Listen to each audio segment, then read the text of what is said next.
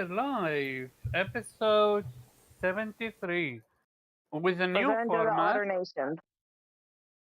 Yes, I'm gonna give you your alternation moment, Kay. I'm pretty sure the fan base missed you. Um, but yeah, so we have a new format, and let's see how that goes. But first, uh, we're missing two people, which is the Wreck, who is wrecking, and Viper, who couldn't make it today. But other than that, let's get this show starting. Weep, how are you, man? What you been playing? I'm good, especially considering the news that dropped this week, but I'm sure we're going to talk about it later. Um, I'm personally really good. Lost some weight, got a new cupboard for my game collection, been decorating my balcony, and playing some games, of course. Um, I've been You play playing. games? Yes, I play games. That's why you invite me to this podcast, I believe. Unless it's my charming personality. Touche. But yes. Um, I've been playing. I finished Burning Shores because that was a prerequisite apparently for today's podcast, and I've been playing Jedi Survivor. And unlike some people, I have had zero issues so far. Okay. Morgan, you're that you're that people. How are you? What you been playing? You? What do you mean, you people? Well, she is the one that have issue with Jedi Survivor. That's why I went Yeah, to her. yeah. I know. Went over that already. Okay. Kay, how are you? What you been playing? I'm doing good. I just finished the Forbidden West DLC Burning Shores. Hmm. And I did it on ultra hard. So I'm pretty proud of myself for that. Oh, nice. Final boss was interesting. We're gonna talk about that. Oh yeah, this is, by the way, just so people know, this is going to be Burning Shore coverage, spoilers wise. So be on lookout for that if you're a fan. If you're not, then this is your time to leave. What you gonna play with next? Do you know? What am I gonna play next? Hmm. I'm not quite sure yet because right now I'm working on 100%ing the DLC and getting all the trophies. I'm Hmm. just a few away from that. Oh, so if I'm correct, you need to play the game almost like a second time because one of the trophy which is you need to master every skill in the game, you can't master it unless you either grind for level 80 or something like that, Wait, or wait, what do you you mean master every skill? Do you mean like learn. No, obtain every skill from the he, skill Yeah, trees? yeah, I've yeah. already done no, that. no. I already did that. Omar is mistaken. You don't have to get every skill in a skill tree with every new skill. So, and it's easily Oh, done. over a I new listen, skill. listen, Okay. listen. Yes. Omar, you're a scrub. So I mean, I understand why you wouldn't, why you would think that you would need a second playthrough. I mean, well, unless you didn't do New Game Plus, then yeah, No, then I technically you didn't. would. That's why I Well, said. yeah, so I did New Game Plus. So as soon as I got into the DLC, I only needed to upgrade one Valor Surge by 2 levels. Mm, okay, So gotcha. I had the skill point. So that was like one of my first trophies. Mm-hmm. Gotcha, gotcha, gotcha. He's a professional. Yeah. Morgan, okay, fine, fine. Morgan, you Mhm. back? Yes, I am. Sorry about Okay, that. so how are you? What you been playing? I'm good. I'm good. Played. Wait, you're a little bit low on my end. Oh, I am. Okay, go ahead. Okay. Played Forbidden West DLC. Just like everybody else. Had a really good time with that. Beat it. It was good. It was good. Um, Also, I'm currently playing Star Wars Jedi Survivor. Had a rough time with it. It's a really good game. I'll say that much. It's a really good game, but performance-wise, it's killing me in my PS5. But Don't I know it? and they helped me with a little workaround, so it's playable at the moment. Hopefully, knock on wood. But yeah, that's what I've been doing. Gotcha. And Nate, how are you? What you been playing? I'm good. Right now, I've been playing. Well, I was just playing Killing Floor 2 with Priscilla, because she's getting her last moments in with her PC before she says goodbye. Um, so, and she orders her new one. So we were doing that. Um, but I am playing still Jedi Fallen Order. I finally got off the first planet, so the game stopped getting on my nerves a little bit because I hate that planet. First Um, planet? yeah, first planet. It Mm. yeah, it's a bitch. Um, I can't stand it. But yeah, so I was playing that. I've also been playing Advance Wars 1+2 Reboot Camp, which is as awesome as I remember. Um, so that's been great too. I'm having a blast with that. Um, and then I'm also went back to Xenoblade Chronicles 3, the latest DLC drop, and I've essentially waited for all the DLCs to drop before I really went back to experience it. So I jumped back in on that as well. Uh, played a little Fortnite, played a little Forza Horizon 5. Honestly, I've just been all over the place, man. A bunch of games are Clearly. getting updates that are been playing for a long time. A bunch of DLC is dropping, and of course, I finished, Burning Shores. So, yeah, it's just been, man, it's been a struggle to keep up. That's what I'll say. It's been a struggle to keep. I still want my PlayStation Showcase, but PlayStation is not lacking on the deliveries alongside my Nintendo Switch, which you know, Tears of the Kingdom is also soon to come, which many people will be excited about. But yeah, that's all I've been playing, man. Going crazy with it. Gotcha. As for me, I've been playing. So yeah, I took a break from Octopath 2.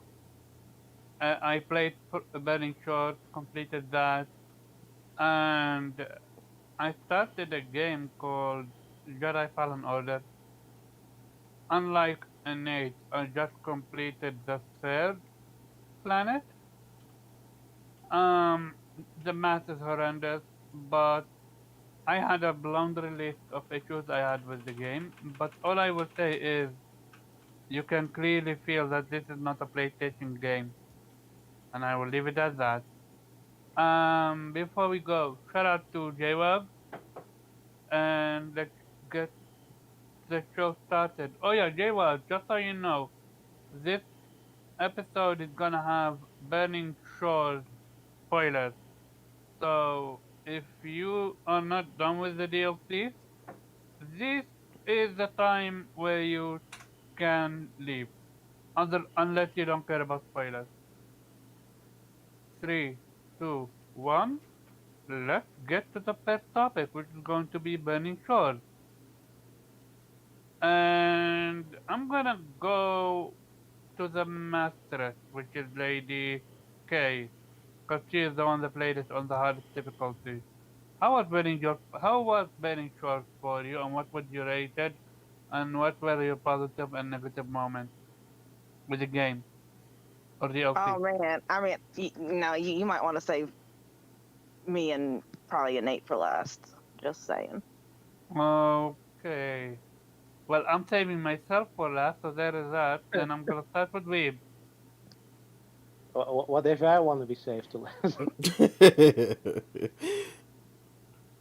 Oh, Go by ahead, the way, Weeb. yeah, before I go, I want to hear something funny. I've been trying to beat that stupid frog in Jedi Survivor the entire fucking day, because there's a way to cheese it, and I did that, but I thought I glitched it because I couldn't scan it. But apparently, it turns out you don't have to scan bosses. So I've been wasted the entire fucking day to beat it the proper way. But okay. I love Um, it. Oh no, I know I know what you're talking about, because in Jedi Fallen Order it's the exact same issue. Like when you first fight an enemy, a boss, you can't even scan it. No, but Which you don't have to scan it apparently. I had no idea because I want to try to get the platform. Go ahead. Ah, So, how is okay. the devil? How is the Burning Shores?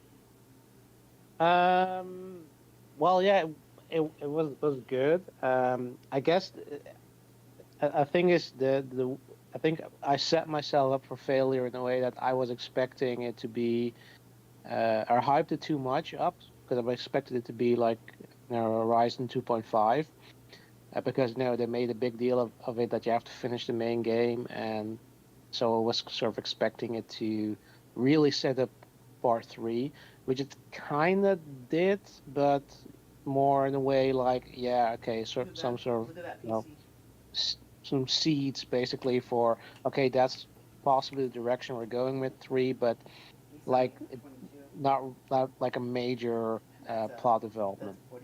And it did sort of There's have the someone that played same, what?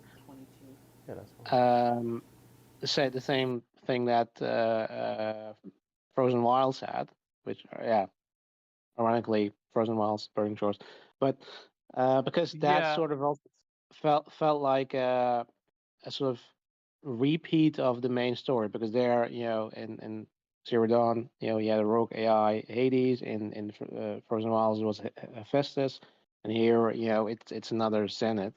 Um, but still, overall, I enjoyed it. The frog machines are definitely enjoyable, new, challenging machines. I like that you finally get to fight the Horus, even though it's sort of gimmicky in a way that when you fight it, it's just like, a typical boss fight of or it's gimmicky, gamey, I suppose is the right word. Um, but it's still like really cool how massive the thing is, and that you really have to just chase it across Mhm. the map. Um, yeah, and yeah, I do like the new character. So I say overall it is a fun experience. It's sort of, if you enjoyed the main game, you're gonna enjoy this one. It's sort of more of the same. Had a few technical issues. I think it crashed one time on me, and there Mhm. was one trophy that glitched out on me, because apparently if you want to get the, maybe also tip for UK if you haven't done them already, those aerial things where you have to fly through the circles in the air to track a signal. Apparently, if you do the northeast one before you do the north one, you can't finish it because the north one is glitched and doesn't activate. So I Mhm. Yeah, have to wait. luckily I saw someone talking about that before I Mm, started them. I mean, I haven't even started them yet. I'm kind of saving that for last because mhm. I'm hoping that a patch might come out in the next couple of days to where I don't have to worry about any of it. Mhm. I I hope Well, so not too. only. Go ahead, Weave. I, I hope so too, because that's the only trophy I still have left from the DLC. Oh man, Um, that sucks. that Sorry. that Not not yeah. only not only that. It's when you said that apparently, if you go left instead of right at the first tower, you get either soft lock or genuinely your save file glitch, right? Did that Yeah, happen to was you, or was that yeah. prevented? Well, yeah, that was with, when you'd have to go to the first tower, and fight the drone. I made apparently the mistake to just not follow Seika right away, and just veer off and collect all shit, and just look what's over there and over here, and it caused the quest to glitch out, because when I went back to her, she wasn't responding to anything. So I had to load an earlier save before I started to veer, of course, and then just did the main quest. So that's sort of, at that point, every time I had to, I rejoined her to the main quest, I stuck to the main quest before exploring. because I was kind of too afraid that that would glitch me out as well. So yeah, it definitely has a Mhm. few more glitches than the main game. But looking at how a lot of people are experiencing, Jedi Survivor right now, I say if this is the it's still supposed pretty major that it can glitch your main quest, but if this is all there is in terms of glitches and bugs, then I can still say that Sony's games are still highly polished. Though I suppose it is, I don't know, maybe it's um, sort of that sort of, I don't know how you call it, nostalgia or whatever, because I always had the impression that Sony's games were generally, at least my experience, were generally flawless most of the time. I rarely encountered bugs in them. Sort of, I have the feeling that there's more bugs recently. I've experienced it with Horizon. I also like Miles Morales had a lot of bugs for me compared to the main game. So I don't know, maybe an observation, maybe it's just very selective memory or No, you're yeah. not. Because I wanted to invite Yujiro Hamma, because he is the one that have experience with a lot of bugs from PlayStation Sony games. He had it with Ratchet, he had it with Miles Morales, he had it with Mhm. God of War, he had it with Forbidden. Oh, I have absolutely zero bugs in God of War, so that's sort of why to me, like the experience, at least in my mind, experience with Sony's first party games has always been mostly flawless. So, but maybe Mm-hmm.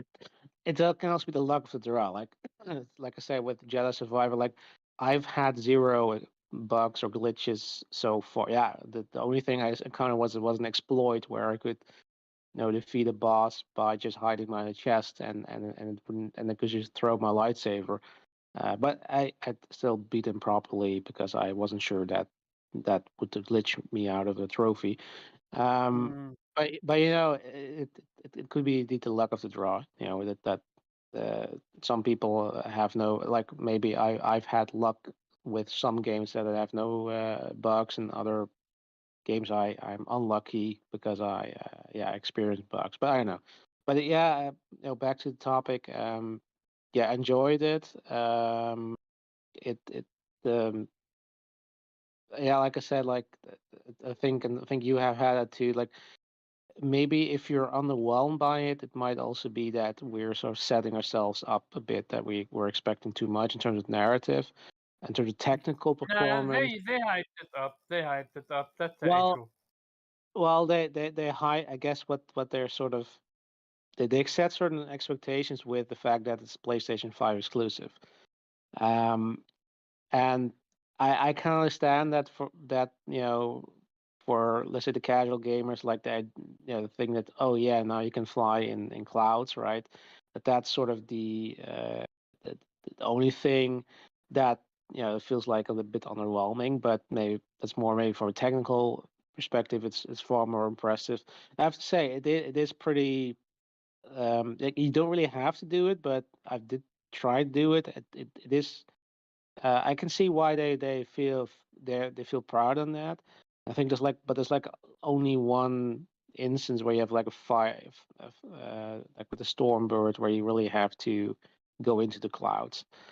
Yeah. You don't. Everything else is really optional, but so it's maybe a bit minor because it's not anything that you have to do, or is a real side activity and more a technical thing. But I mean, I look. Here's the thing, that this is sort of where we go from here, right? Because Horizon whatever 3 is going to be a PlayStation 5 exclusive, so they're going to have you know uh, carte blanche. They can, well, in terms of technical considerations, they don't have to worry about the PS4 anymore. They can build that game from the ground up for the PS5. The only Mm-hmm. thing, there will probably be some legacy, of course, with with Forbidden West, because you're not gonna just like, you're not gonna make a new engine from the ground up or whatever, right? Decim engine is still fine, but definitely I'd expect there to be some cool things you can do that actually are meaningful that just wouldn't work on the PS4 anymore. I thought probably the Mm-hmm. scale is going to be much bigger, but that's looking ahead. But yeah, I mean it's a nice short experience. I think appropriately priced, and yeah, if you're a fan of Forbidden West, then definitely say recommend. I mean it's no brainer. Mm-hmm. Gotcha. Before we continue, give a shout out to chat. Shout out to Crypto and shout out to Stardust. Just so you guys know, this is a spoiler cast for Forbidden West. So I mean, Burning Shores. So if you're not up to date or you don't want to get spoiled, then feel free to leave. Otherwise, enjoy your stay. Morgan, you're up next. What's your thoughts on Burning Shores? I enjoyed Burning Shores. I give it an 8 out of 10. Really enjoyed the new introduction of the new mount, the Water Wing. Um, Being able to fly and then go like that was really cool. It was really cool implementation of a new way to traverse the game. I also like the Zenith weapon that we got. Once I got that thing, like that was like the main weapon I was using the entire game. I even went back to like the main, campaign Forbidden West to because I finally got the platinum for Forbidden West right after I finished Burning Shores, and I was using the Zenith weapon, and I loved it. I was like, man, where was this weapon for me the entire game? Because it's just so OP, and I love it. But I enjoyed the story. I liked the main villain. I recognized Sam from Days Gone. Um, I thought he was interesting. He was kind of funny, kind of crazy. I didn't really care for Aloy's love interest. It's not like I didn't like that she had a love interest. She just wasn't that interesting to me. Mm-hmm. It didn't really seem to have much of a dynamic, at least in my mind. Um, it was just kind of like, oh, okay, she likes her, I guess. And I mean, at the end, I chose like the love because I was like, you know what, I'm gonna let Aloy be happy. She likes her, so fuck it. But I just didn't really feel a chemistry with the like I don't know, maybe it was if they had more time or if it was a longer DLC and there was like more time for them to spend together, something maybe, but I don't know. I just felt like it was kind of rushed and I didn't really see the chemistry, like I said, with the two of them. But other than that though, I enjoyed it. The frog enemy I thought was cool. Um, love to see. I love it every time we get like a new enemy type in Horizon because it's always just really like very close to how it is with whatever animal they're copying. This time it's the frog, so he's hopping around and he's got the little flies flying around him and stuff. And I just thought that was really good, really well put together. Beautiful freaking game. Definitely the prettiest game I've ever played in my life. Um, Absolutely gorgeous. Gorilla is killing it in the visual department. I was taking screenshots and video captures like every 30 seconds because it was just I was like, oh man, I want to take a picture of that. I want to take a picture of that. It was just it was great. I can't wait to see what they're gonna do when, like we've said, whenever we get the third game, which is gonna be fully PS5. I know that's gonna be crazy. Um, yeah, but it was, pretty short, sweet, to the point, simple DLC. I'm really curious how they're gonna handle the silence situation, since the sad passing of Lance. And it seems like he was gonna be a big part of the third game. Seems like that's where they were setting him up. Like we were probably gonna get a little more insight to who Silence is and why he is the way he is. And, now what are they gonna change or maybe not change? Or, just how is that gonna affect the third game?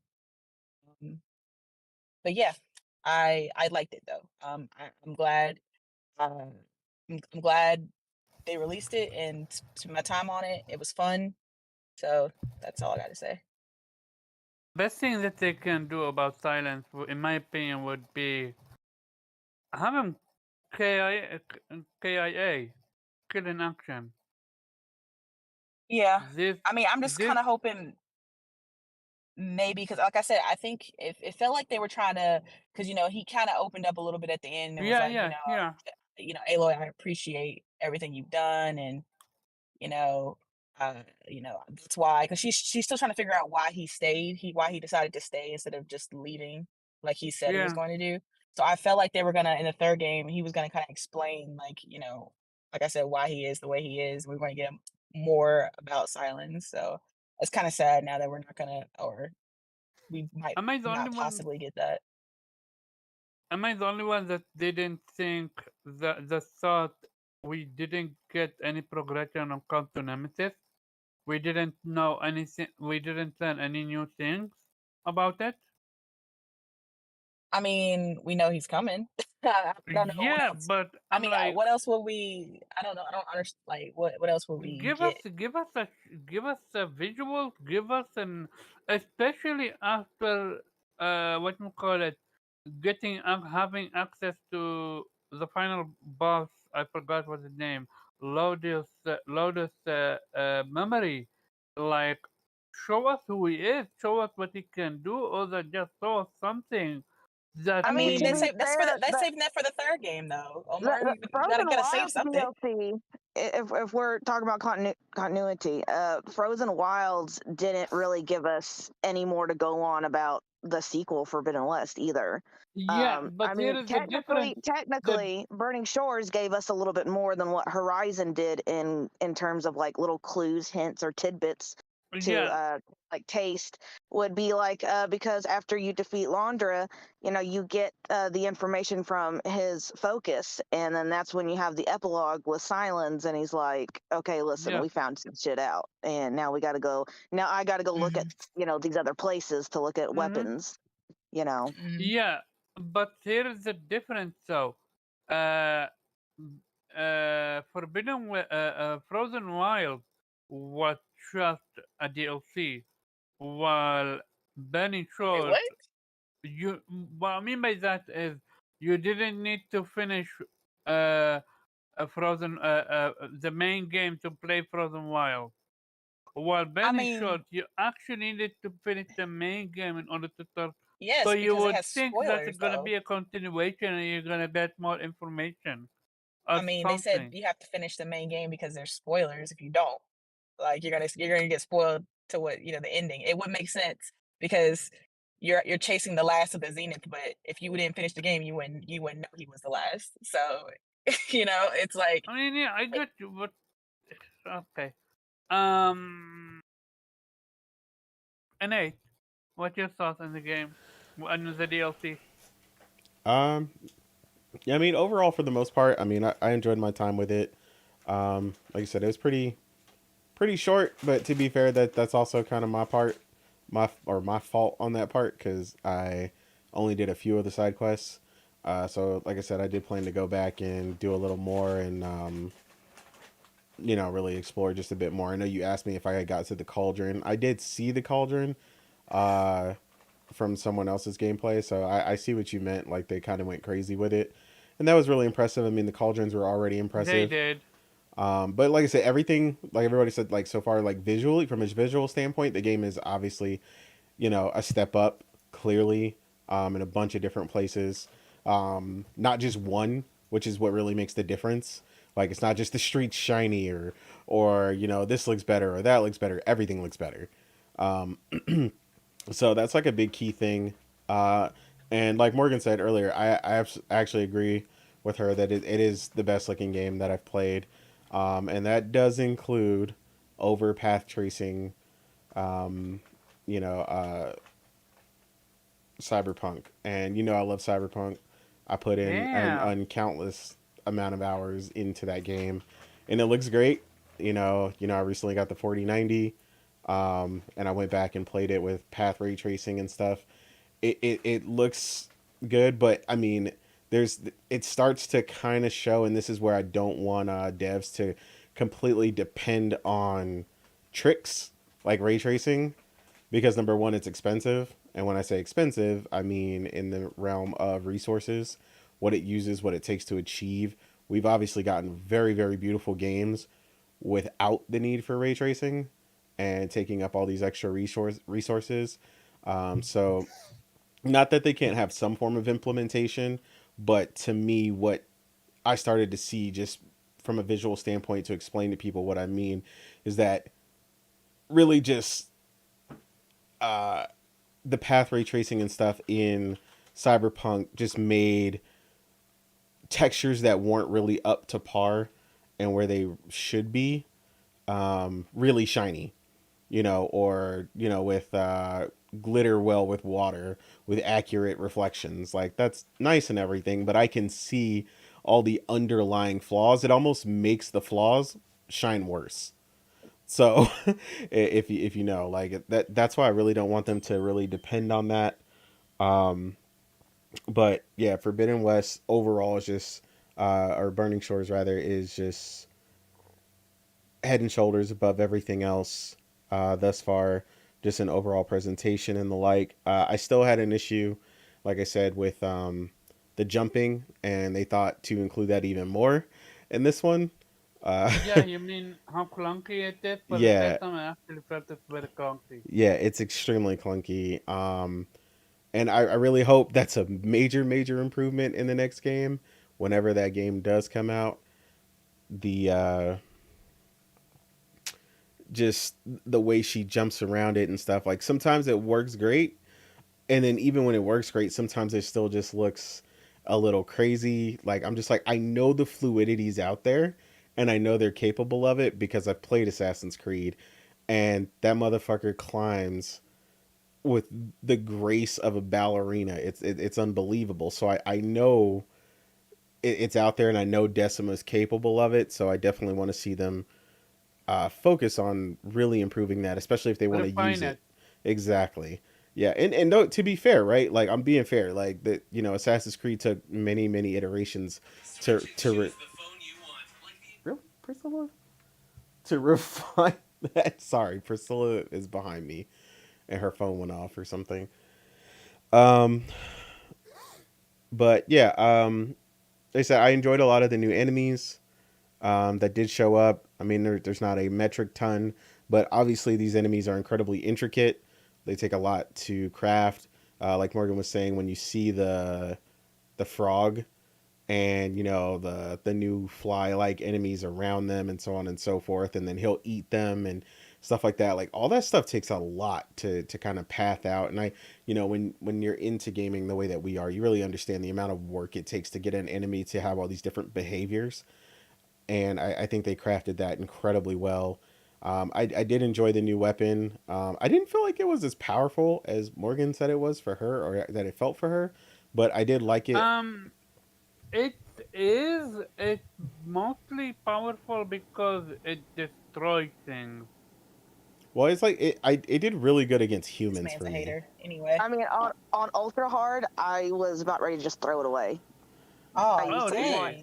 I used it once and was like, Yeah, What? Kay asked I me. think Kay we're actually going asked way me over if for me. something was wrong with it at one point. Mm. Like I was just Yeah, tagging I enemies it and was just weak. like hitting them like 5 times, and they were down. Okay, I well, think okay, like to give you like perspective. Okay, so one of my bows does like almost 500 damage for one arrow. Okay, and that's just the base, or not base strength, but just like if I don't hit anything special in particular. And the Zenith weapon, like when I was hitting someone, it might do like 10 different spots, because like when you use the shatter, like the shard pieces, like the shotgun, it'll be like 35, 40, like maybe 10 times, like in one shot. And like that's just it just didn't do anything for me when I have stronger weapons in my wheel. yeah.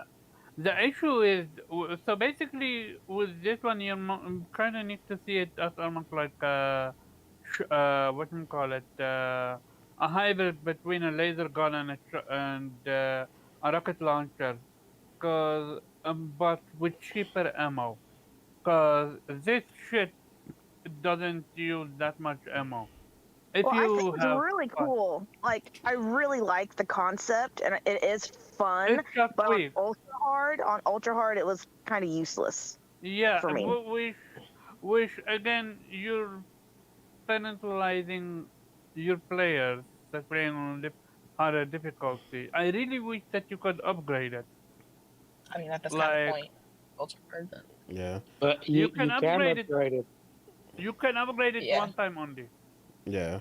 But that does bring into another point of one of my caveats, which is a problem in the main game as well, which just became glaring in this one, which is resource balancing. Uh, like, you should never feel like you. One of the things this game usually does really well that I praise even in Zero Dawn is never feeling like I had to go out of my way, even for collectibles.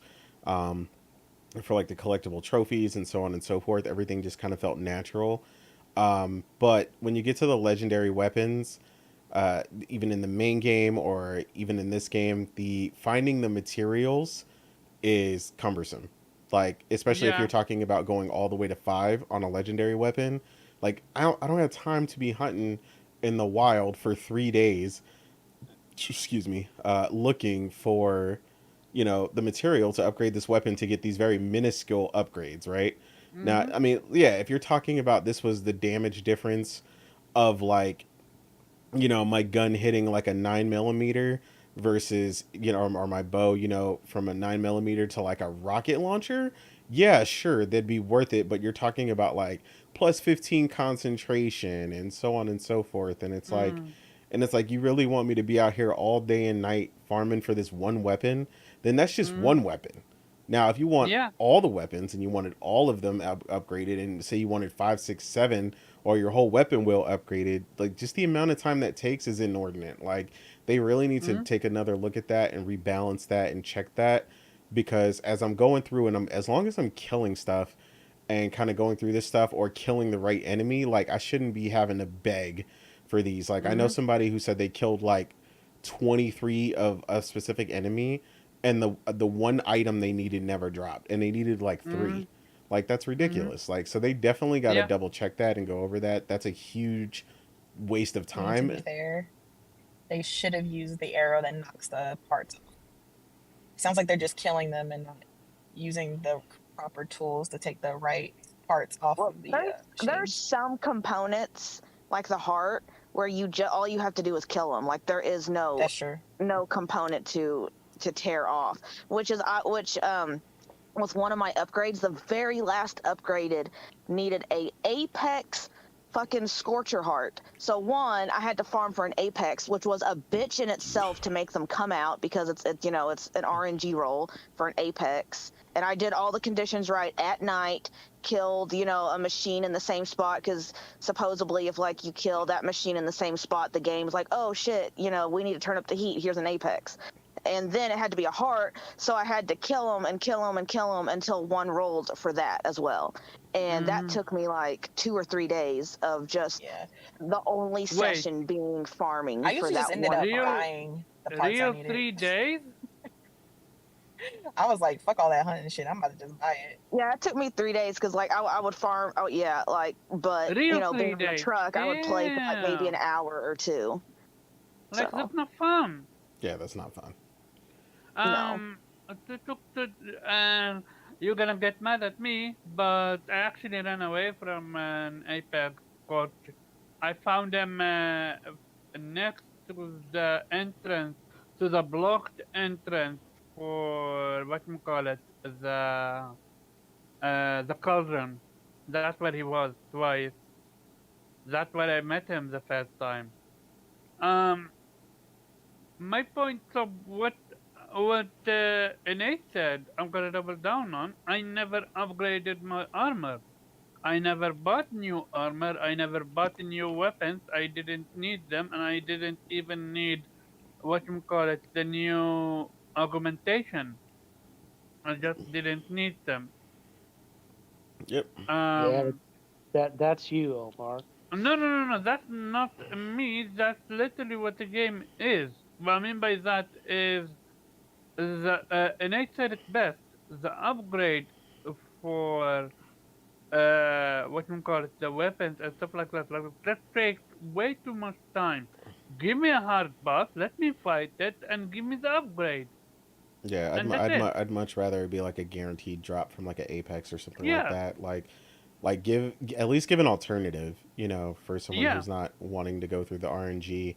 Um, I definitely prefer to stay away from RNG because that's also a really big component of stuff like Destiny, where people are farming over and over and over and over and over in the same thing, trying to get the one or two things that they want.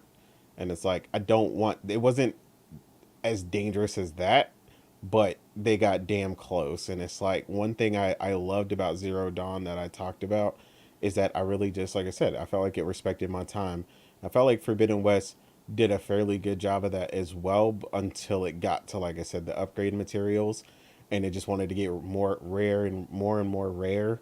And it was like, it's just tougher and tougher to come across. So I just think they just need to visit the balancing on that. I'm not saying it's the most egregious thing, because clearly I completed the game no problem without it, Mhm. but it's like it's still part of the game. So I should have, I wanted to inherently come across it, right?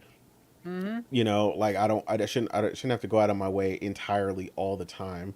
And I felt like they did a good job kind of organically doing that with the first game. That was something that was really good, but there was a lot less of the first game, to be fair. So I'm like, just trying to give them caveats for things that they might look at going forward, where it's like, you don't want to design a game to a point where people aren't using part of it, is what I'm saying. So when you look Mhm. at a bunch of people's things, and Kay mentioned this, she's like, every time I look at people's stuff, it's never upgraded. And I'm like, well, you know why? Because it's a bitch to go get all that shit. And if you look at any of my Mhm. stuff, after we Mhm. had that conversation, I went and looked. I think I upgraded one thing one time.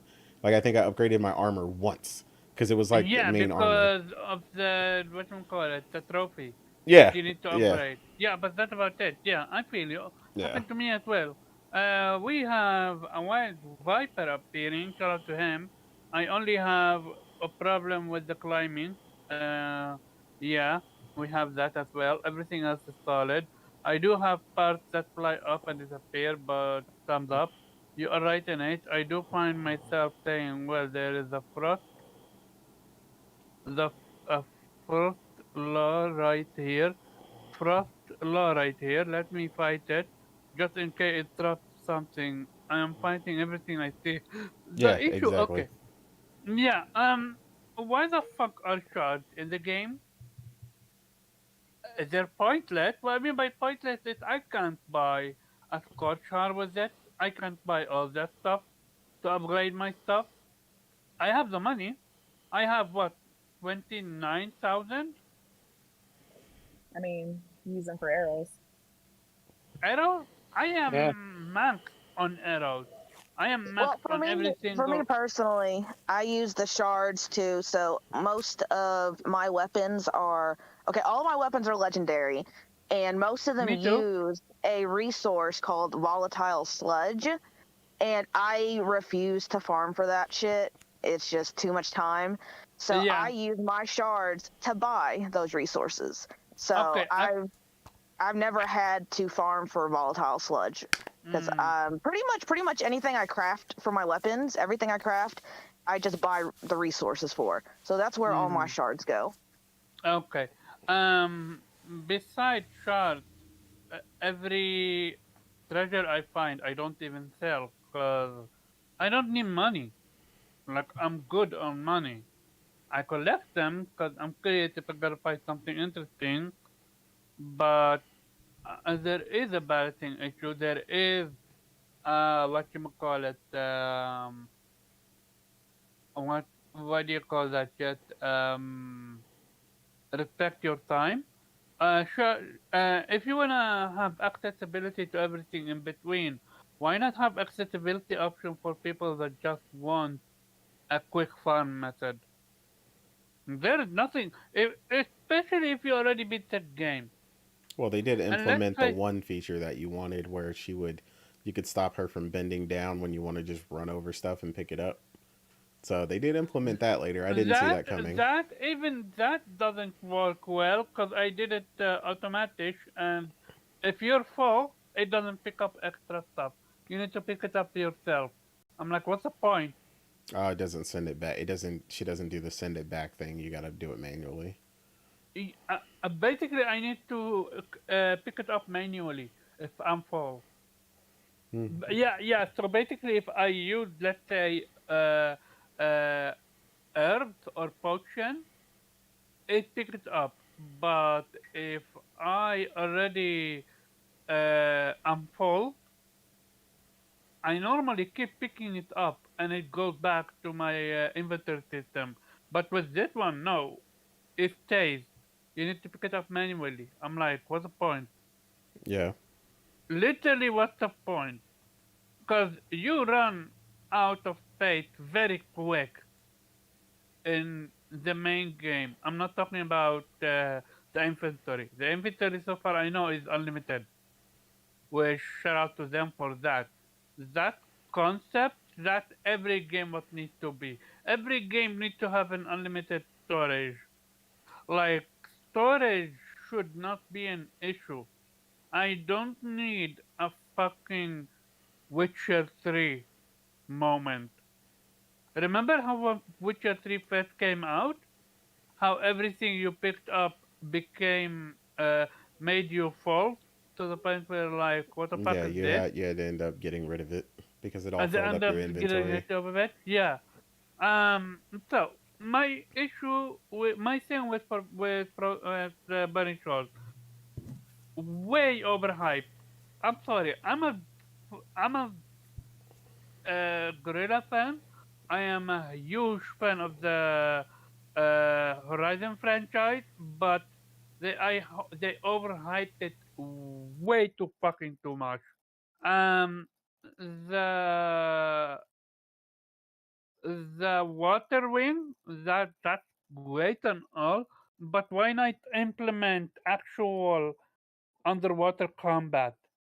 Why not give me the ability to do a few combat where you needed that water wing, like that moment where you had to go uh, underwater and then fly back up to dodge the shot from the tower. That was great. Give me more of that.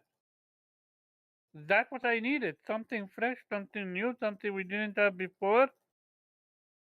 And you gave me that fight against that what we call it, Apex Thunderwing, which is optional. I enjoyed it.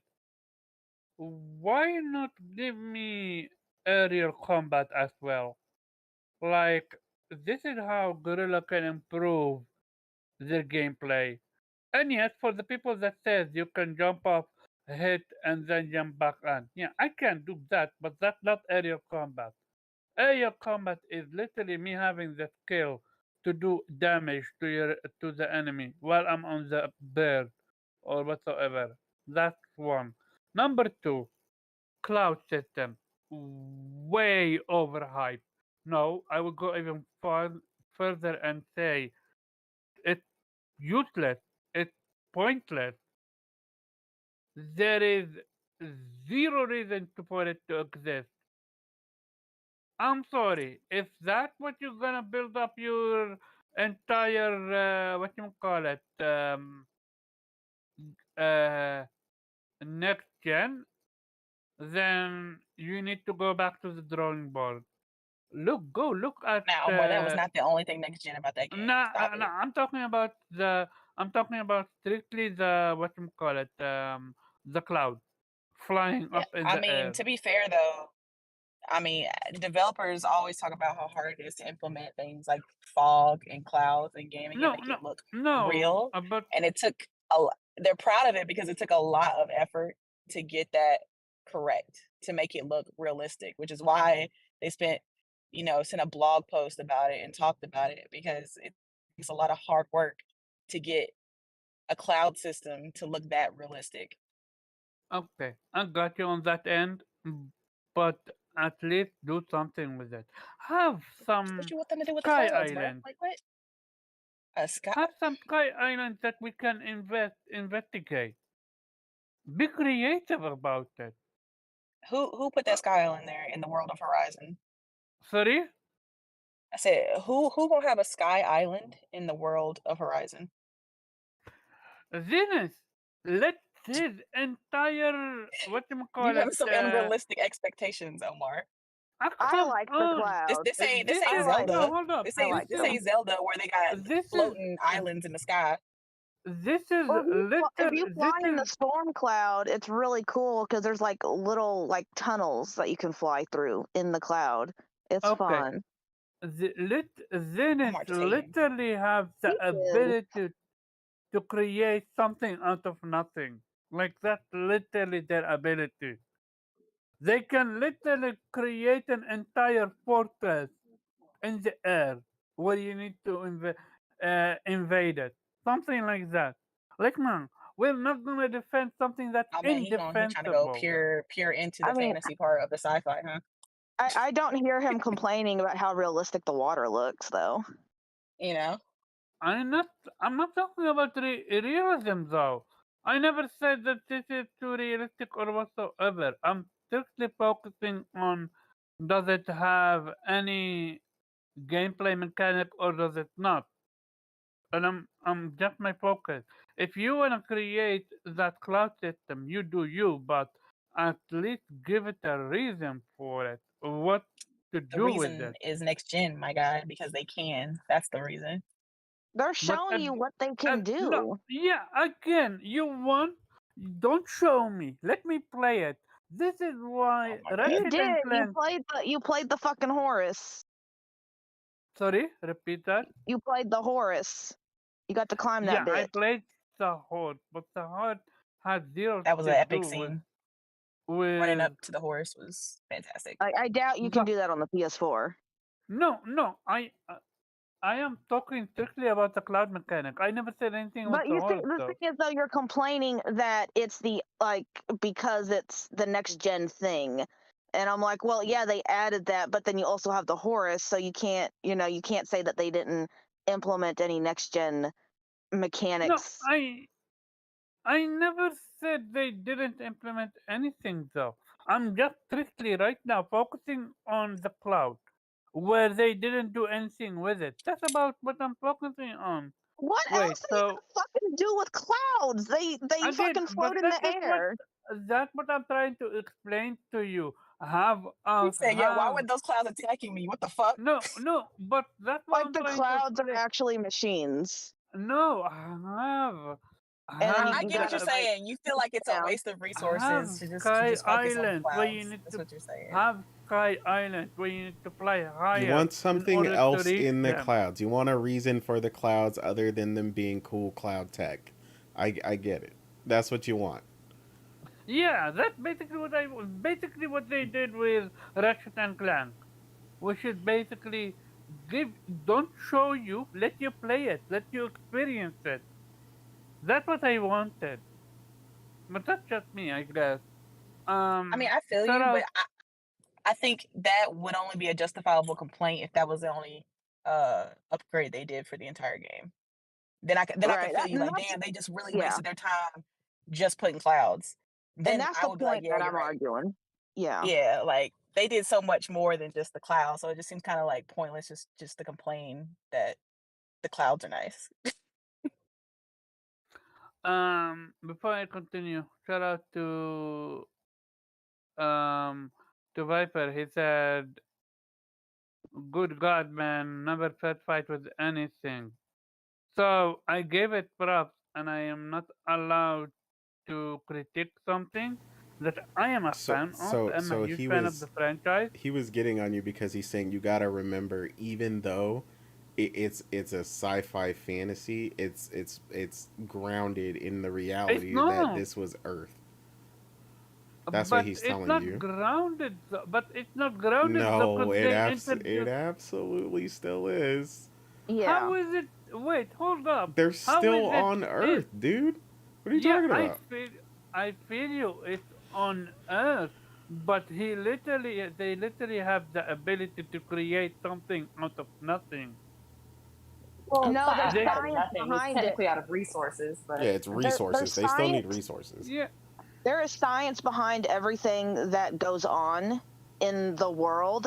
Just because you don't understand the science, doesn't mean like they're using fucking magic. Yeah, there's definitely a science because Viper. remember, you have to remember even the Xeno, right?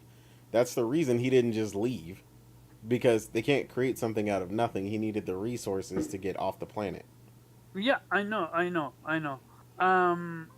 Viper said, "Does Earth have any flying island?" Um, Viper, if you're best off leaving, otherwise you would be spoiled with what Zenith actually can do. Which, if you're gonna talk about it, cause that's another thing I was not. Uh, I wish it was different. Oh yeah, what about giving off the ability to use magma as a weapon? That would be cool. Okay, But about the clouds, you said that you wanted more to do with the clouds, like something to interact with the clouds. no, no, Like, no. do you mean? I basically mean a sky island where you need to fly higher, and then go jump and do something. Like basically, the cloud is a cool tech and everything like that, but they didn't add You something wanted a to do Okay, gameplay with it. mecanic purpose for the yeah. clouds. That's Okay, what you well wanted. let's think about the logic of that real quick. Okay, so it's not just throwing out cool ideas. You also need to think about like you have to write the story for that as well. So I mean, if Launder can't even leave really leave the ground, how is he gonna create these floating platforms in the clouds? He Like, how brought would up you write the story for there something to be there? Gaia only created machines to, work the earth and to re-terraform the earth. Like, what kind of structures? Why would she make structures in the clouds? What purpose would they serve? again. So Zenith literally had the ability to use magic. Well, No, they don't what use magic. They use well, science. And they science. came down to Earth. They came down to Earth Science. to gather resources and fucking leave. Why are they Yeah, going to create structures in the clouds? They only created that one structure on Earth because um, they needed to make more They need a machines and base whatnot to help them to to farm help Yeah. them resources. farm. Yeah. Yeah, like there is no reason for there to be anything in the clouds. Like Yeah. I get you. I get what you're saying, Omar. Like, yeah, it would have been cool if there was something else. But I mean, me personally, I thought the clouds were pretty cool. I was flying through them. I was like, damn, this shit yeah, I did is it. I did amazing. it once. Yeah. I jumped from college. I almost like I wanted to do a superhero landing, but I'm like I am not gonna do that because I would die. I enjoyed it. Like it's not like I didn't enjoy it. I did it once, and I'm like I was waiting for that moment where we have a fight in the air or something, but we never did outside of the Thunderbird. Yeah. Um, and the final miss opportunity for me would be when you fight the final boss, after you go in, I really wish it was a cauldron, because that would have, made it even better. But that's just my opinion, because I love cauldron so much. And with the last one, they outdid themselves. Shout out to Gorilla.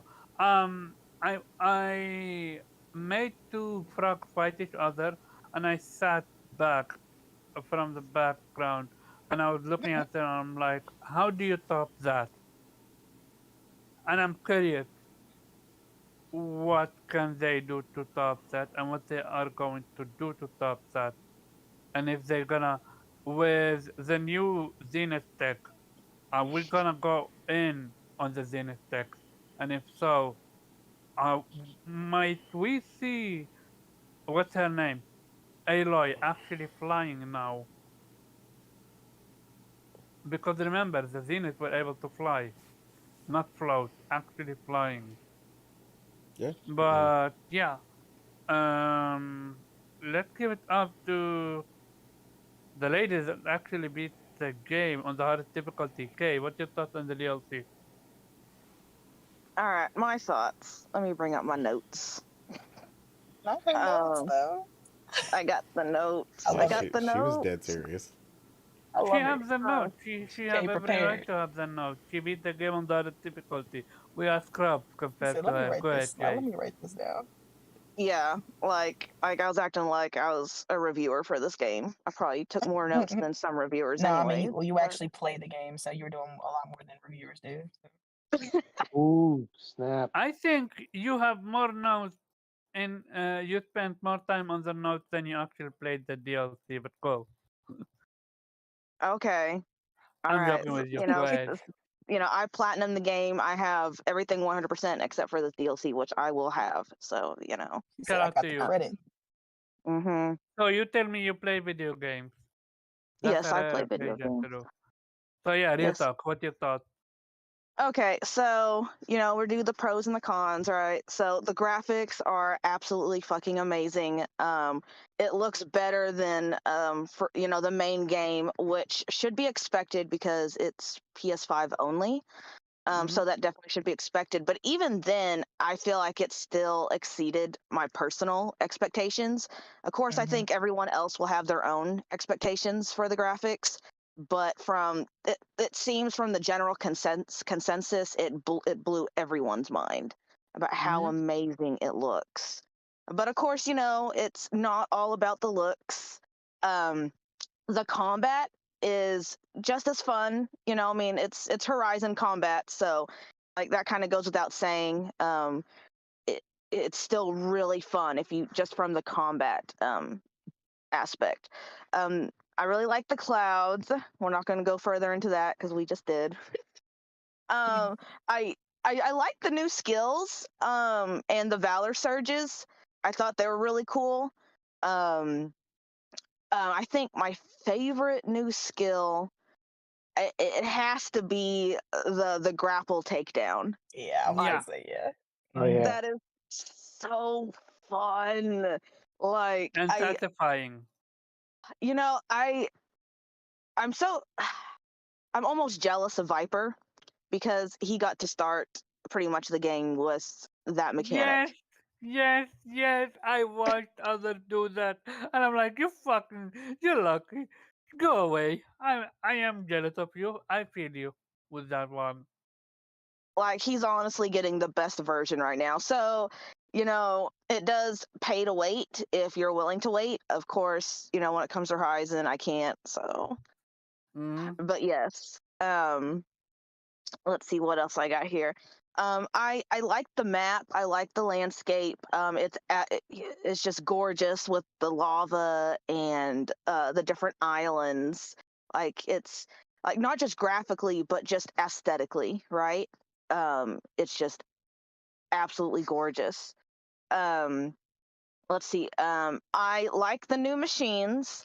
Um, Even though the water wings are a fucking bitch to fight. I don't know They if anyone are. else Yeah, yo, struggled Nah, with they them. are. you If know I you're on did. the hardest difficulty, I have no idea how you beat them because they are a bitch and a half. Yeah, I thought I was rusty. I thought maybe the reason they're kicking my ass is because I hadn't played Horizon in a while. But yeah, I like they feel were you, but just no, OP. yeah, they are OP. I was like, why they turn up the difficulty level on me with these damn water wings? I was like, what the?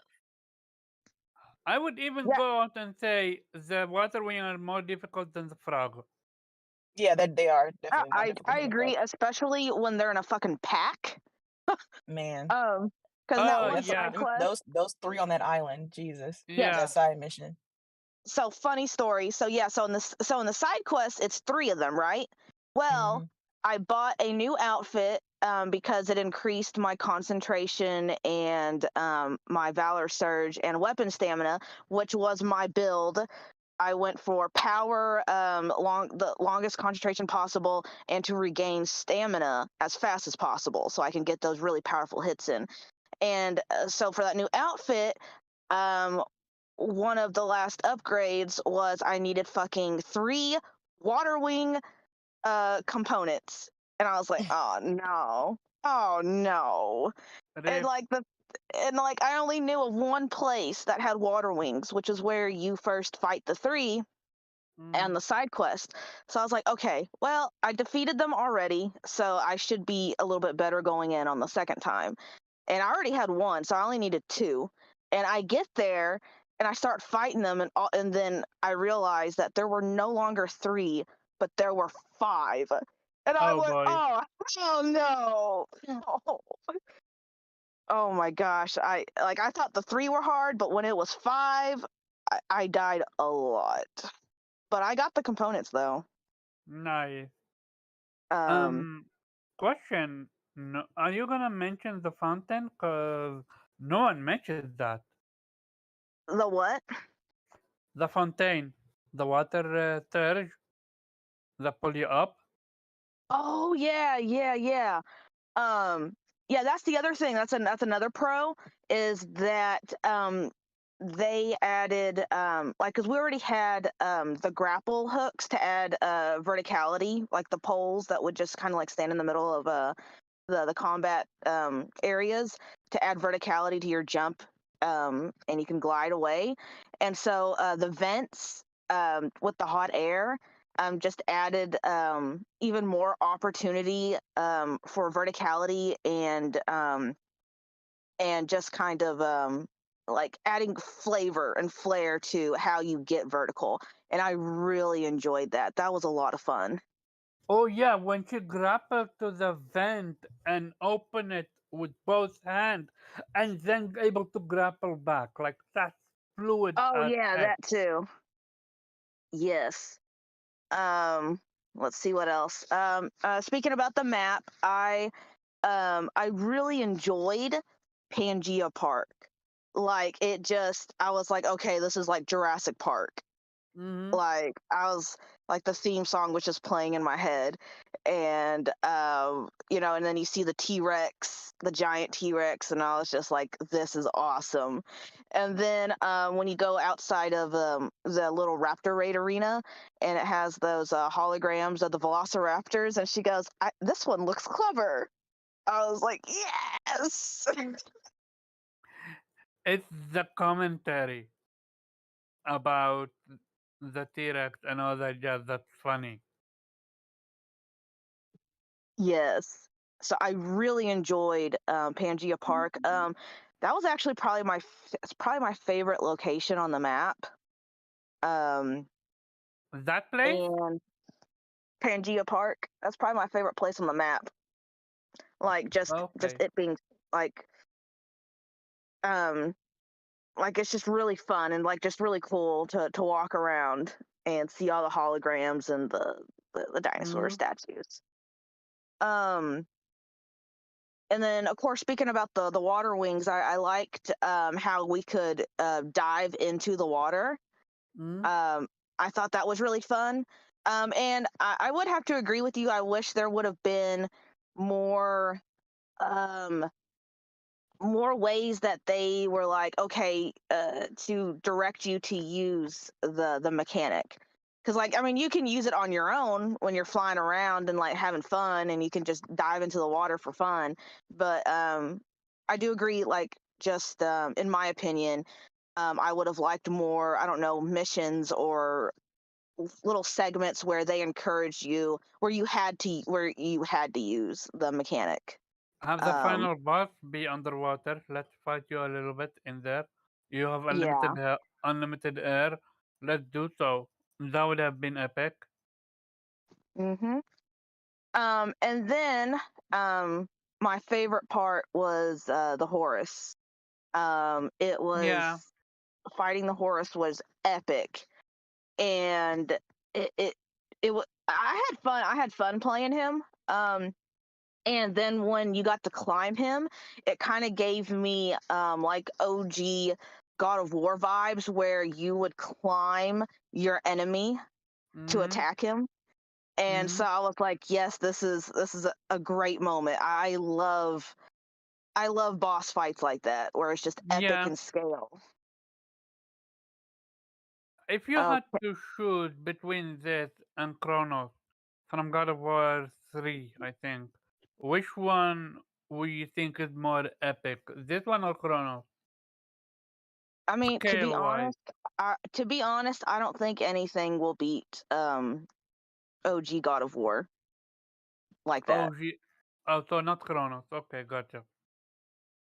Like, I mean, like God of War. I don't think really. I don't know if anything can really beat that. Unless there's a game, that I haven't played, which there might be, other games where there's big bosses and I just haven't played them, so I can't really comment to that. Mhm. Because like in God of War, where you're going, you're on Gaia, right, and you're Mhm. fighting um Poseidon and whatnot. Like Mhm. that's just epic. Oh yeah. Yeah, Mhm. Black Frost, God of War 3. But anyways, so and then the Zenith gun, I think it's really cool. The concept and the design of it. And I only have slight complaints towards it because of just because I played on ultra hard. So I'm not saying it's like an official, I'm not going to really say anything official about the Zenith gun, other than I think it is really cool. But on ultra hard, it was kind of useless for me personally. But like I said, that's ultra hard. That's not, Mhm. playing it on normal. So we're gonna kind of go into the cons now. Um, so I want to start with the side quests, which I know, and Nate and I were talking about this, is that I felt like the two main side quests, which was the Splinter one, where it was where you fought the Water Wings, and then the other main side quest, which you got to go rescue Lon, or you think you're rescuing Lon, but he really joined on purpose. I felt I felt like they took a step down from the main game side quests, and it kind of felt like they went back to the Zero Dawn formula of side quest. I I don't get know if what anyone else you're had that feeling. I get what you're saying. I genuinely do. The only thing I would add to it is Vaughn, is that the dude the welder? No, Cause Lon. The oh um yeah, no. uh There is a side quest with that welder. I forgot what his name. He actually joined oh, the crew. Gildan. That's Gildan.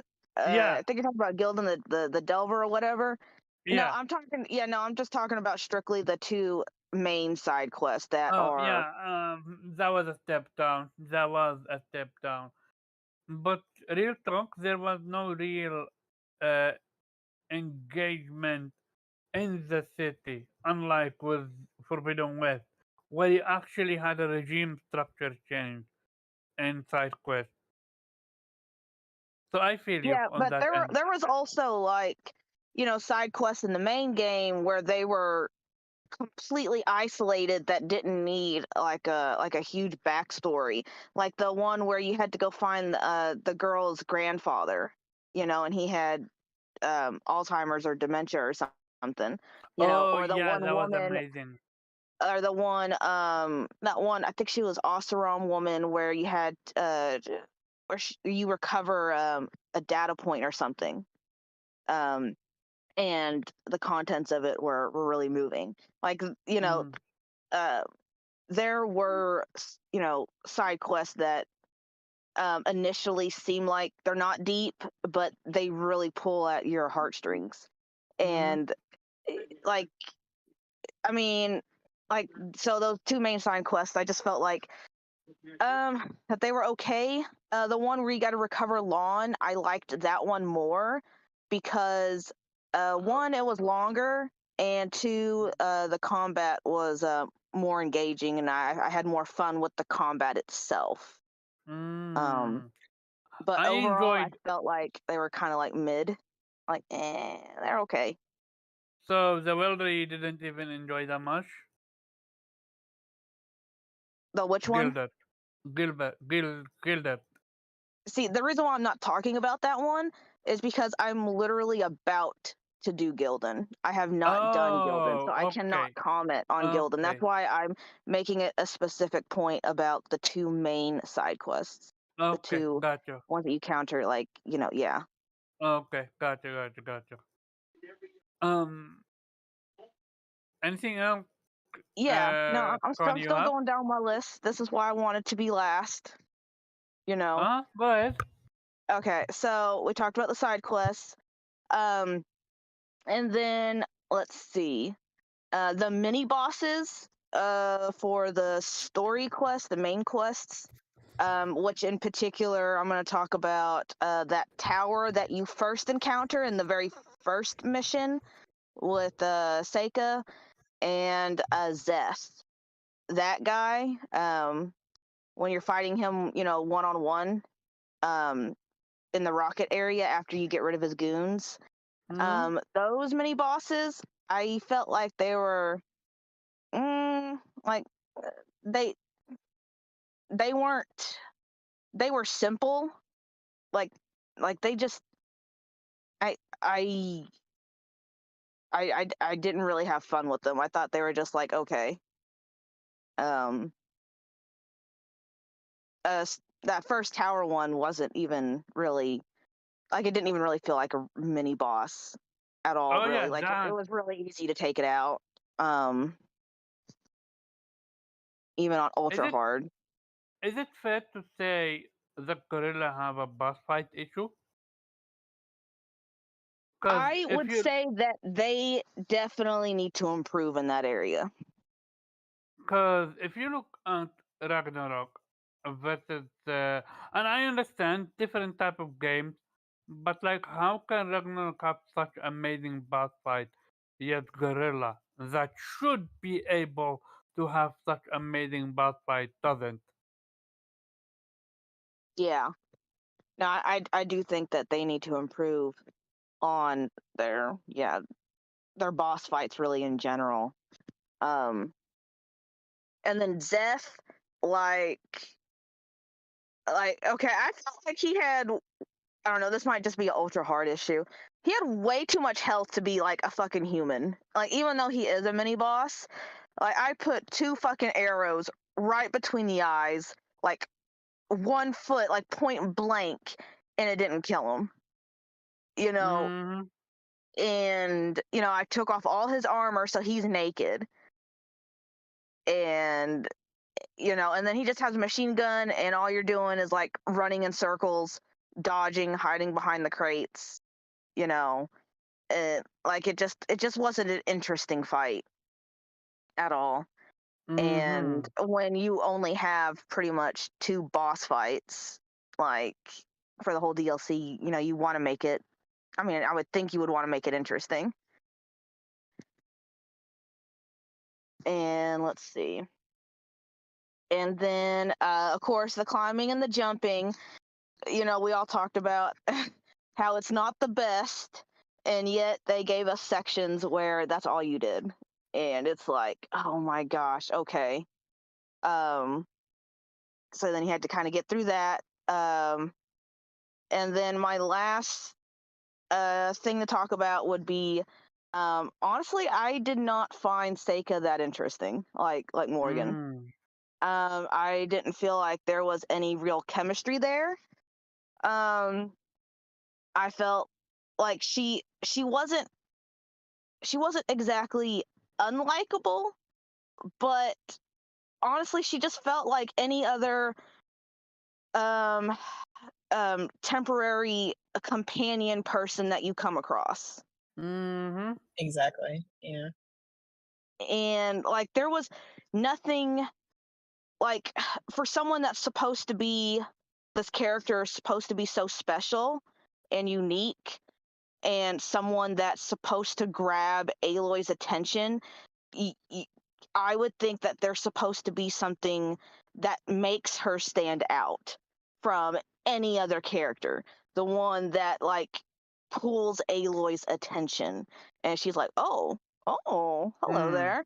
But no, like, for me personally, there just wasn't anything there, and it just felt like like there's other plenty of women that are just like her, like Talana and Petra, like just as strong and have like there's just like she just didn't stand out from any of them, and it just felt like Aloy was just like it felt I don't know like it just didn't do it for me.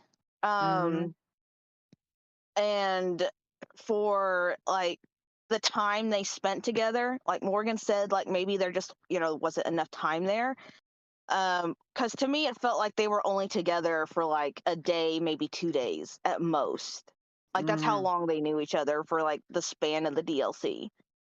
And I mean, are you going to catch real romantic feelings from someone you met that day? I think the mistake was giving you an option, because to me that comes over like you're not ready to commit yourself, and I'm talking about the developers.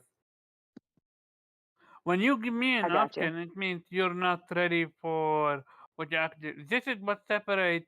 Go ahead, and I will explain my point I after mean, you're done. I Sorry feel about that. like that's an RPG type of mechanic, though. Like No, a no, lot of no. Yeah. RPGs give you a mechanic of options of whether or not you want to I pursue feel romance with a you, character. but if this is supposed to be a critical moment in story, it shouldn't be an option. I That actually I should be. actually don't think it is critical.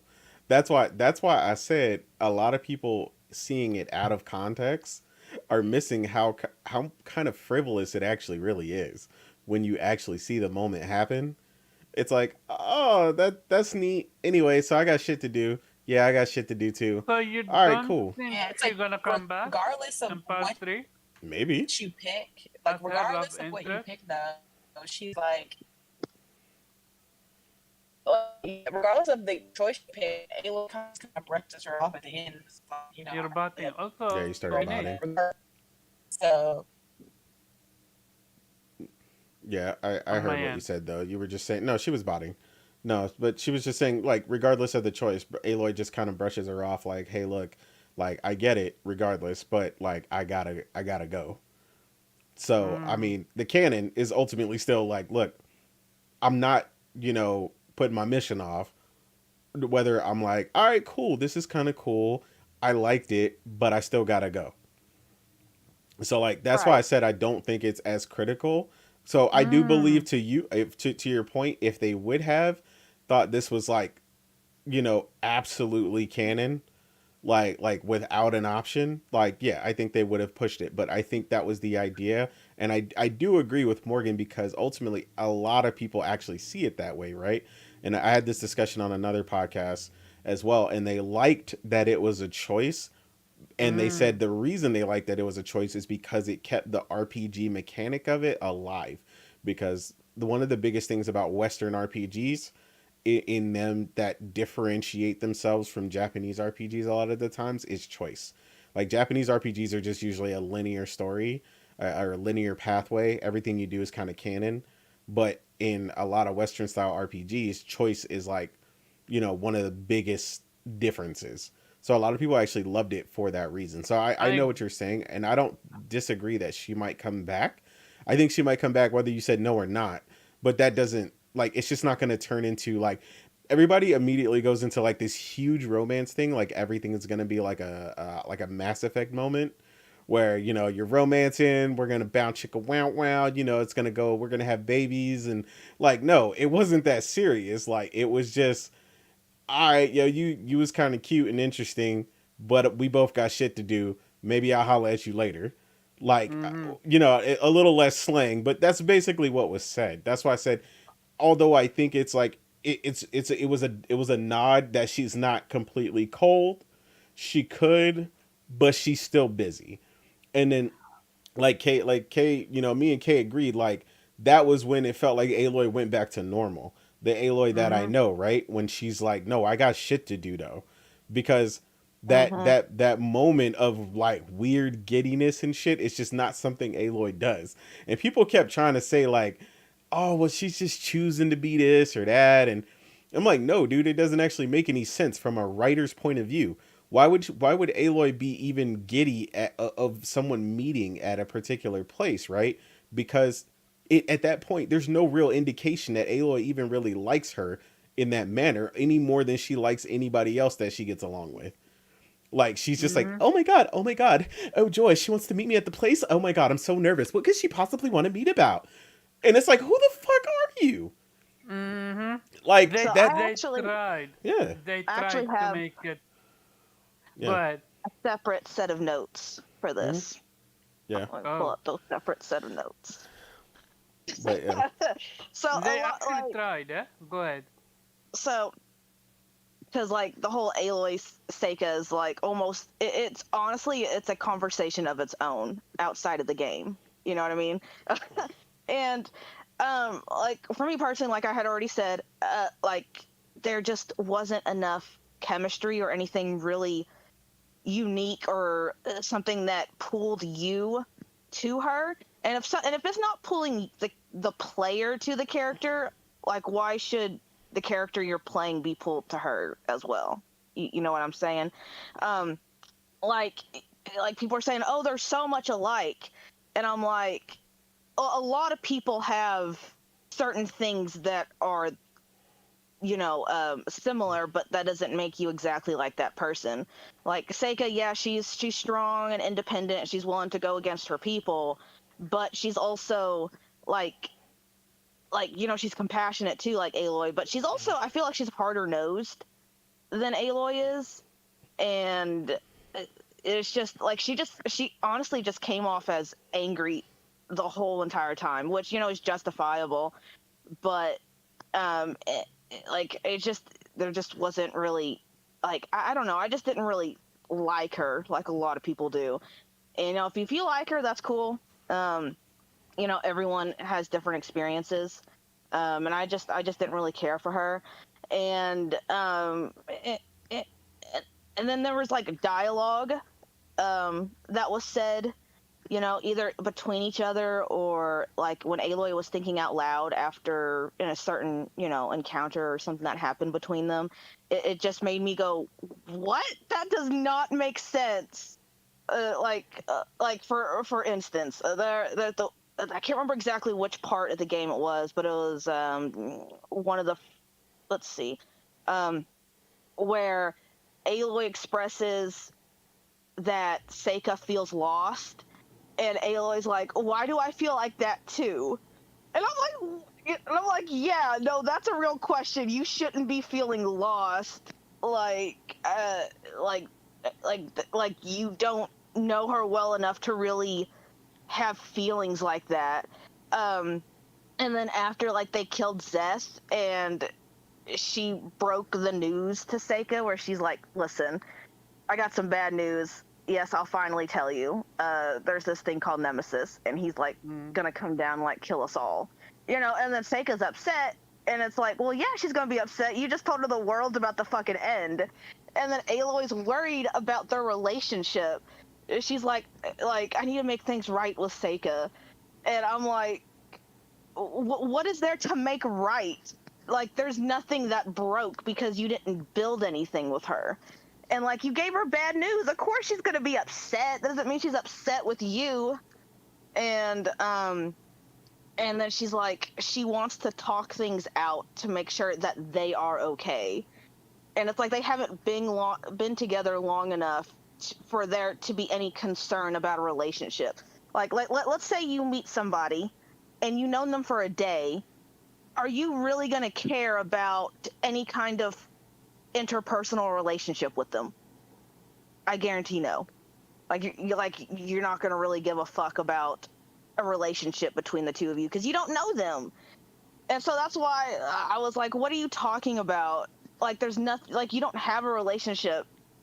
Like, you only know each other for a day.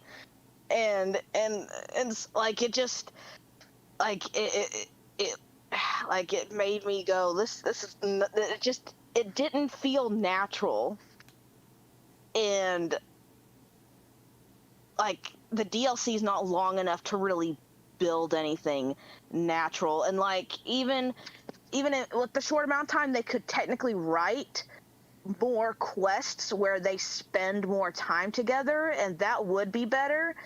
And like most of the quests that they're on, it's usually, Aloy's by herself except for the main quest, and all you're doing is combat. Like there's no sitting down, having special time together, and really getting to know each other. Like there's none of that.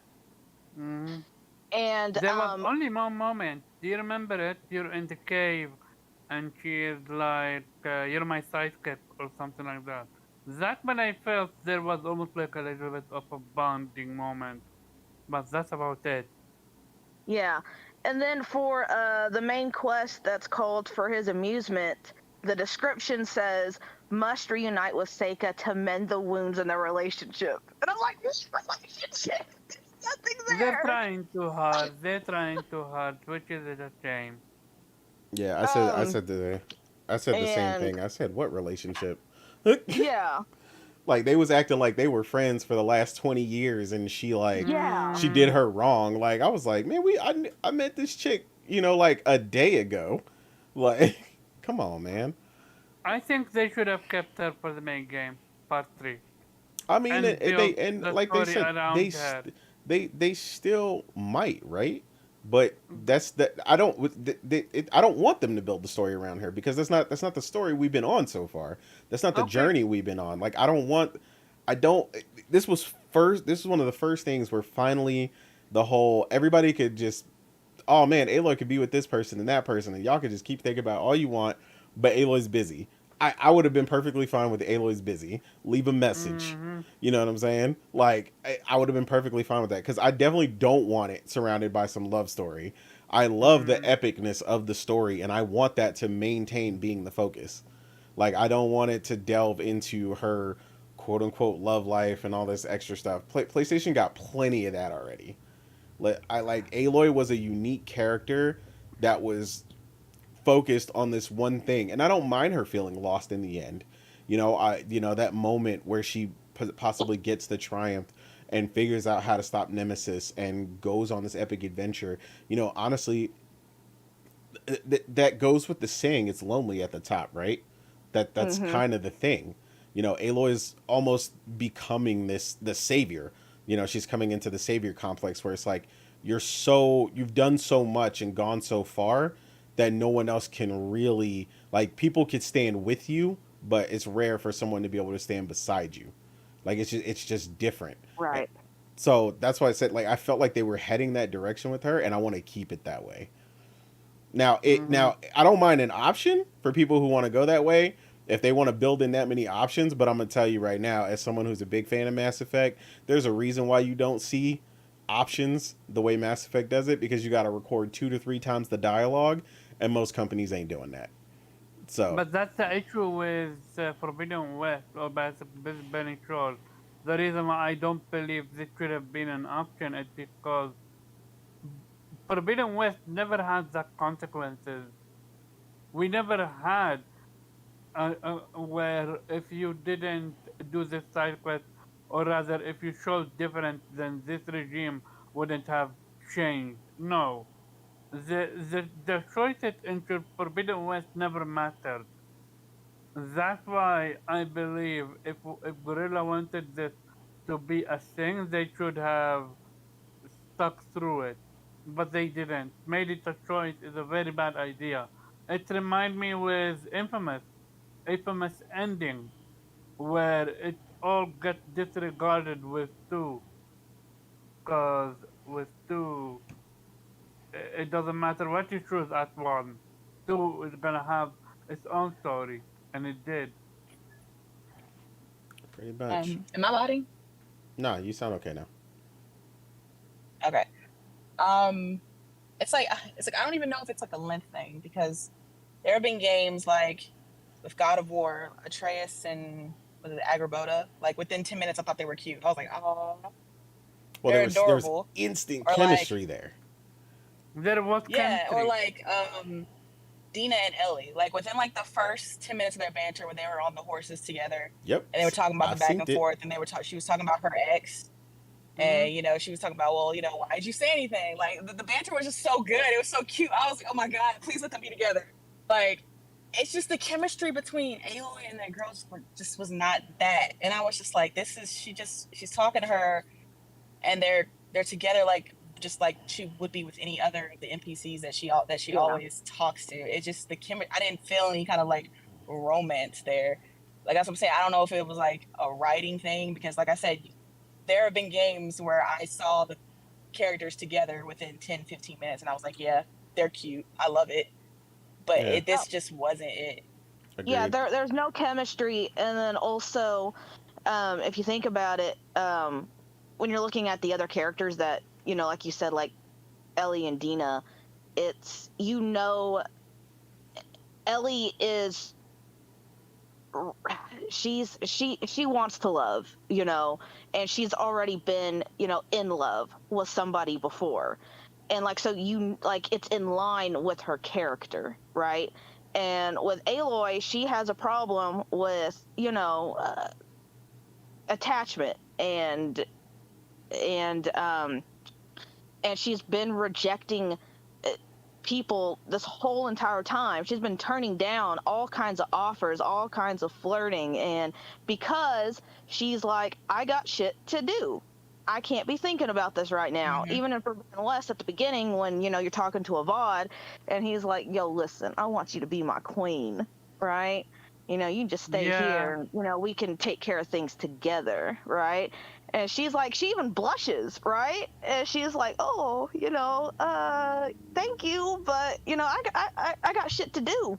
I gotta go, And she even says, maybe we can talk about it when I get back. And he's like, well, he's like, the seat's always open next to me, whenever you come back and whenever you're ready. So Absolutely. So then for Seika, all of a sudden she throws all of that out for some, random person she just met, when there's nothing super special or unique about her compared to anyone else she's ever met. Agreed. So like I said, where I know this is why I kind of hate that it was spoiled online, because like I said, there's kind of this I forgot, there's a word for it, but basically you're, what do you call it, like the shit where where you're the reader and some shit that the characters don't know, like, and then you convince yourself of it because you know it already before the characters do. Like a bunch of people knew it was a thing, or it was a potential thing. They don't know how it's going to happen, or so they're already like, I don't know, I like that. How do they look together? Are they standing together right there? Did they hold hands? I don't know what's happening right. You mean? Yeah, they have a predisposition. There you go. They have a predisposition about them because they saw the kiss already. That's the problem with that being spoiled, because I saw it. Persona did it. In fact, I saw him do it. I saw it as well. Yeah, he was like, oh man, I don't know, man. They just alike. They looking real good together. And I was like, no, man. I was like, they're not. Like, I was like, they sound like friends, is what they sound like. Just people who are becoming fast friends at most. And, at most, at the end, their relationship might have been, I hung out with my homie that I got drunk with one night, and I kissed a girl when we were drunk, and that was my homie, and it was weird, and we don't talk about it no more. Like, because then it's funny, because I said that, and then she was talking about getting drunk. You know what I'm saying? She was like, yeah, us Marines, we get drunk, so I don't know, you might be a rookie. And they were like teasing. It's like, yo, they sound just like two friends. Like, you could have two people be really close that don't gotta be together. Like, like everybody just kept pushing the idea it's gotta be together. Like, no, they could be really close and not be together.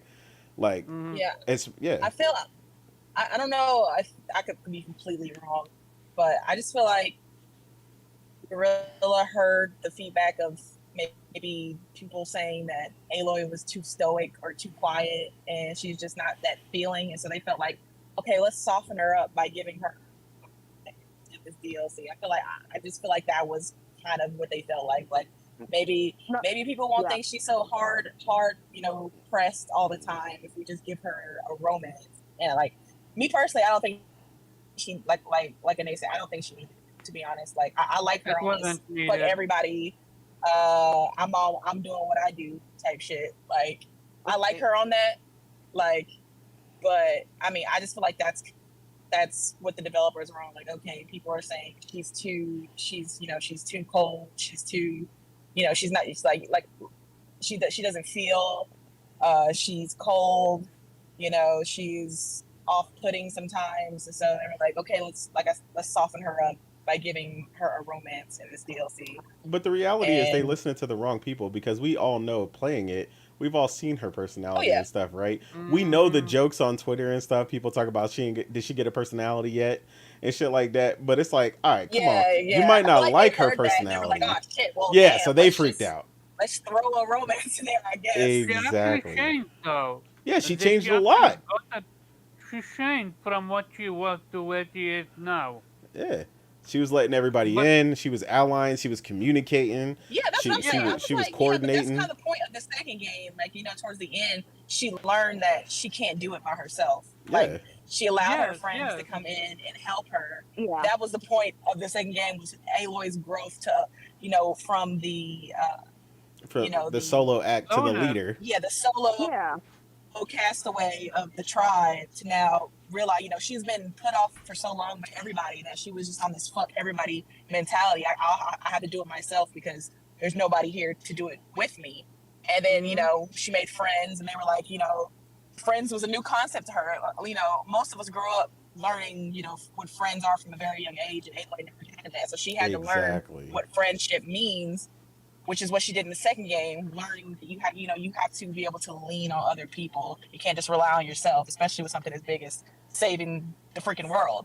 So that was the point of the second game, was her growth to become that softer, more, friendly, trust, I can put my trust in other people type person. And yes, that's why I feel like this romance was kind of unneeded. Like, if you're not going to do it well, Exactly. just don't do it at all. Exactly. Just Thank don't you. do it If at you're all. not gonna do it well, Yeah. don't do it at all. Just leave it out. Yeah. No, I was actually gonna bring that up. It's like, okay, so if you're gonna do a romance, for the DLC, they should have focused that should have been the priority. That should have been the priority. But instead, like it was competing with the overarching actual story of fighting, of finding Laundra and taking him down. And it's like they were competing. Yeah, and finding the sister. Yeah. And it's just like it was too much focus in different places for such a short DLC, to where there really wasn't time to have, in my opinion, proper writing for a romance, and for Aloy specifically. That's a huge thing that needs its own time, that needs to be really taken care of. And it's just they just couldn't do it properly because you also had to take care of Laundra, and Laundra was the priority, and the romance took the back burner. And for something like this for Aloy, the romance really needs to be the forefront. I agree, Kay. Especially like you said, with a character like Aloy, who is a lot different from the normal person who grew up with that community and family unit. Something as like in depth and like complex as love for somebody like that. Yes. There's definitely a buildup that needs to happen. Like she can't just be like everybody else and be like, oh, this is my fifth or sixth crush, or this is like, I think that was her first kiss. Or was it? I can't remember. Did she kiss anybody else? No, it was. Well, It it's her was. first It's kiss her if first. you pick it. Like, Yeah. yeah, what I'm saying? This is like, she's like, what, 17, 18 or something? Like, they should have, like, I feel like this needs to, that should have been, like, handled differently, because, like I said, Aloy's a special case where, she's not going to have a relationship like everybody else. It's going to take a lot to get under her and get that trust and build that with her. So I feel like it should have been a little more than what the DLC offered. Yeah, Yeah, she kind of like give just her. now allowed friends to help her, but now she's ready for a Right, relationship. I'm gonna say, how long it took her to allow her to Like- get her friends to help her out? Like, I don't know. Maybe feeling some type of way during a mission where like she can't focus on the mission because she's thinking about someone and maybe they're gonna cut that or something like that. Like, make it believable, because Gorilla are capable of writing great love story, which what happened between the two characters from Forbidden West, main Like Zoe and character. Bartle, that was beautiful. That Yeah, that was was good. Yeah, that was I great. like, I That like was their, I perfect. like their love story. That was good. that was perfection at its finest. So for them to mess it up with, I just think they wanted too much, and clearly we said it. They wanted The too much DLC in a is short short. amount of time, and it didn't fit. Yeah, It was the yeah. DLC was too short for that. It needed more time. It needed more time. It needed more development time. It needed a lot of more stuff. So we see. We maybe they're gonna redeem themselves with part 3. We'll I'm see. curious, Kay. You have mentioned a lot of cons and a lot of praises. So what's your score at the end? I'm overall, I'm gonna give it an 8. Okay. 8 out of 10.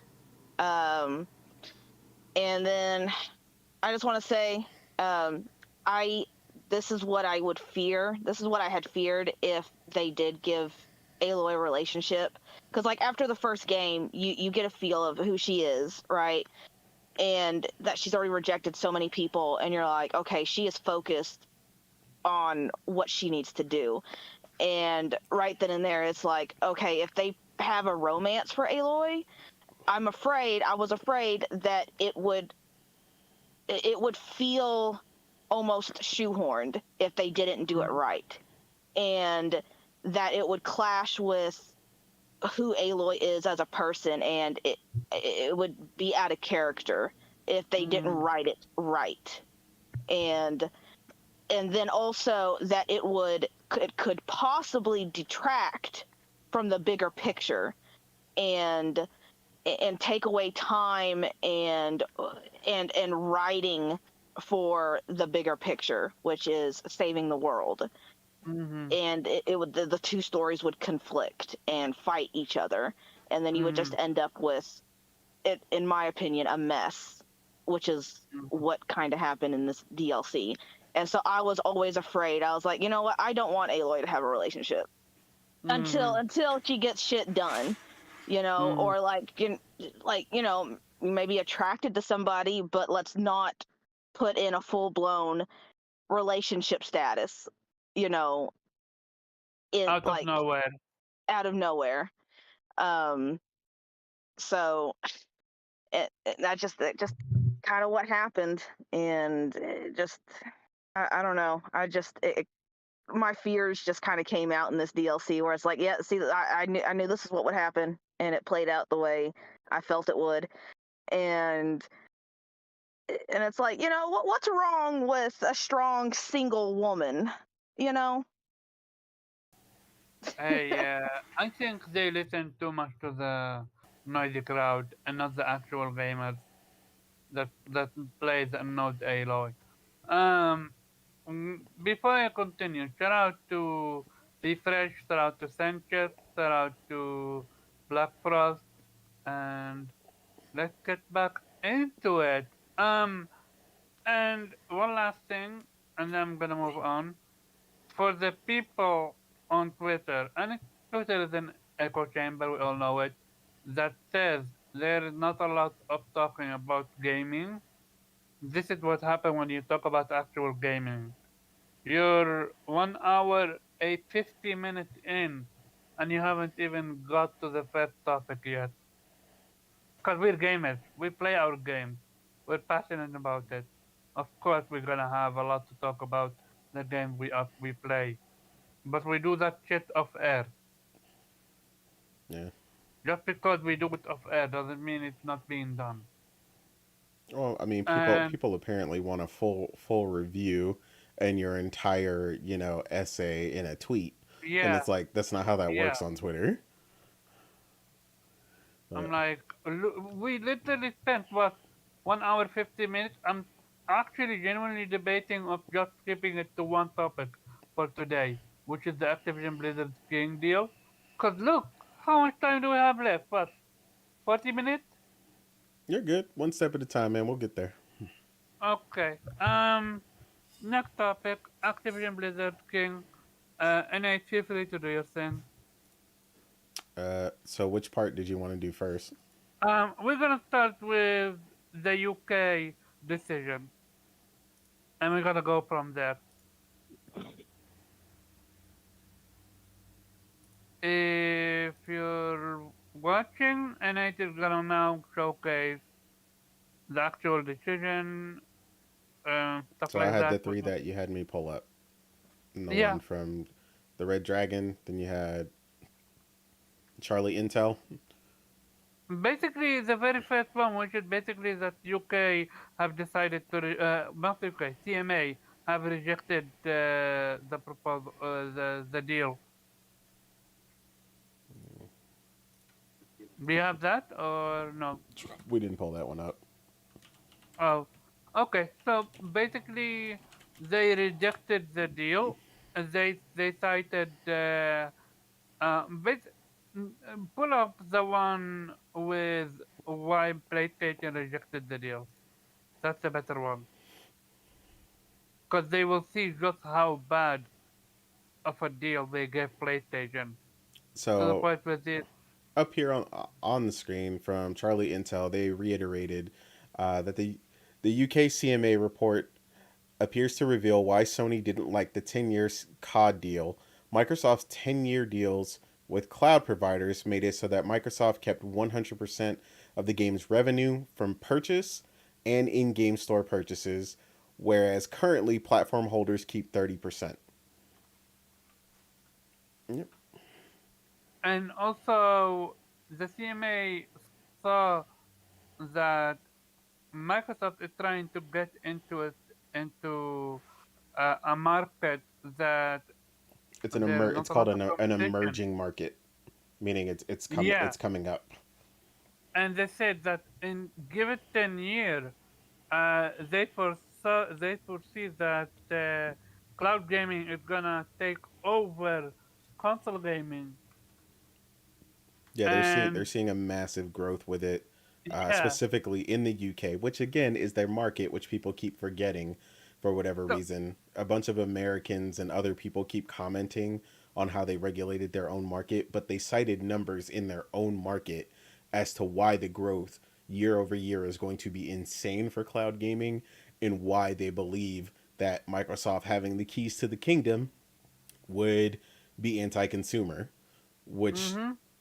anybody with two brain cells can put together and would agree with if they weren't just out here being a fanboy. Mhm. And another thing to add would be that um, I think one of the reasons why CMA decided to what they decided was because of the death of Stadia.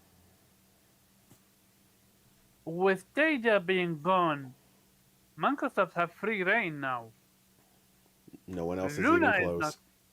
Luna is not competition. PlayStation is absolutely not competition. Yeah, their closest competitor, Nvidia GeForce, they made a quote unquote one of these cloud deals with, and largely, ultimately, Nvidia accepted it. But the reason for that a lot of people are not putting out is that Nvidia is a GPU company. They make graphics cards. They know that Microsoft can't go without them because even if in the future Microsoft pulled Call of Duty or any of the other products away from PlayStation, you still need PC. So they're Mm, not stupid. Nvidia just doesn't care. Yeah, I'll let you sit to the side for 10 years while I'll make sure you keep it on my service. And when you try to get the bright idea or try to be slick, I'll hit you with something. Trust me. al- There's some leverage there. Also, Microsoft wanting giving 10 deals to PlayStation. Who the fuck is Microsoft to give 10 deals to PlayStation? Who the fuck is Microsoft to give 10 deals to Nvidia? They don't even own the IP. We How had the that, fuck and are well, they? we had that conversation. We were like, that's like you handing out, or booking, hotel rooms for friends for free Yeah. at your new hotel that you don't own yet. And it's like, how are you booking anything that you don't own? Like, essentially, is what they're doing. Mm, Like, they're acting as if they Yeah, own it. David. the deal was on the condition that that it would actually the acquisition would go through. So they could make that deal. Legally speaking, they could. It's not uncommon to do so. Oh no, I mean I get it, but the audacity to publicly parade that shit around like you do own Mhm. it, like they knew what they were doing, like because Yeah. this is the type of company that Microsoft is. Well, I'd say the audacity there is that they thought that nobody or that the regulatory bodies in particular would not be able to see through it, that this was an obvious attempt to placate the concerns they had, and like it was clearly meaningless. I mean, what's the point in putting it on like an obscure streaming service of Nvidia, which isn't really your competition, or Nintendo, because Mm-hmm. you actually admitted that Nintendo is not your competition because you show that pie chart, that blue Pac-Man, that only showed Sony and Xbox in the European market because Nintendo doesn't exist, right? So you're basically already showing your hand. You're showing that it doesn't matter. The only thing that matters in this case is Sony, and they already refused your deal for obvious reasons. Mm-hmm. Yeah. Also, another thing, CMA called Microsoft bluff when it comes to Microsoft being committed to put Call of Duty on the Switch. They said we didn't see anything that showcased us that it's gonna work. Well, Basically, apparently, able Microsoft to, promised that they're gonna be able to put Call of Duty, the same Call of Duty, on PlayStation and Xbox on Switch. TMA called them bluff on it. And well, to be they clear, they doubted that that we're able to run it. Which yes, natively that would never work, but that's indeed what Microsoft promised, and seems like developers at Activision were already like, what the hell are they promising there? It's never going to work. But that's the thing though. CMA called them the bluff on it, and Huh? Microsoft couldn't give them enough information. That's one of the reasons why the deal was bluff. Yeah, they blocked it on several counts. Like a lot of people think it was just cloud, but it's like there's also a lot of that grandstanding got them in trouble. You know, that whole look what we could do, look what we could do here. We do this and we do this, and then they were like, all right, Mhm. show me. Also, another thing, exclusivity. Like I said it, and I will say it again. Bethesda being bought by Microsoft was Microsoft's own downfall. If they remember, Phil Spencer specifically came out and said, "We don't, we don't care about exclusivity. We're not gonna put. We're gonna make what you call it. We're gonna make Yeah, we're not in the interest of taking games away from people yeah, who already play them, yeah." basically. Yeah. And then what happened? We find out Hi-Fi Rush got canned, PlayStation 5 version. Starfield got canned, PlayStation 5 version, and Redfall got canned, PlayStation 5 version. Yeah. So you're saying something, but you're doing something else different, Microsoft, and the CMA got rid of that. Yeah, I mean, And they thought they wouldn't call them out. You know, they thought they would just, you know, they thought they had nothing on them and they could do what they wanted. Because I mean, to be honest, that's what they're used to doing, and we see ultimately the end result of that, which is essentially an entity or entities or people or persons of a company acting like children publicly on their timelines or in news articles crying because, you know, essentially they didn't get their way.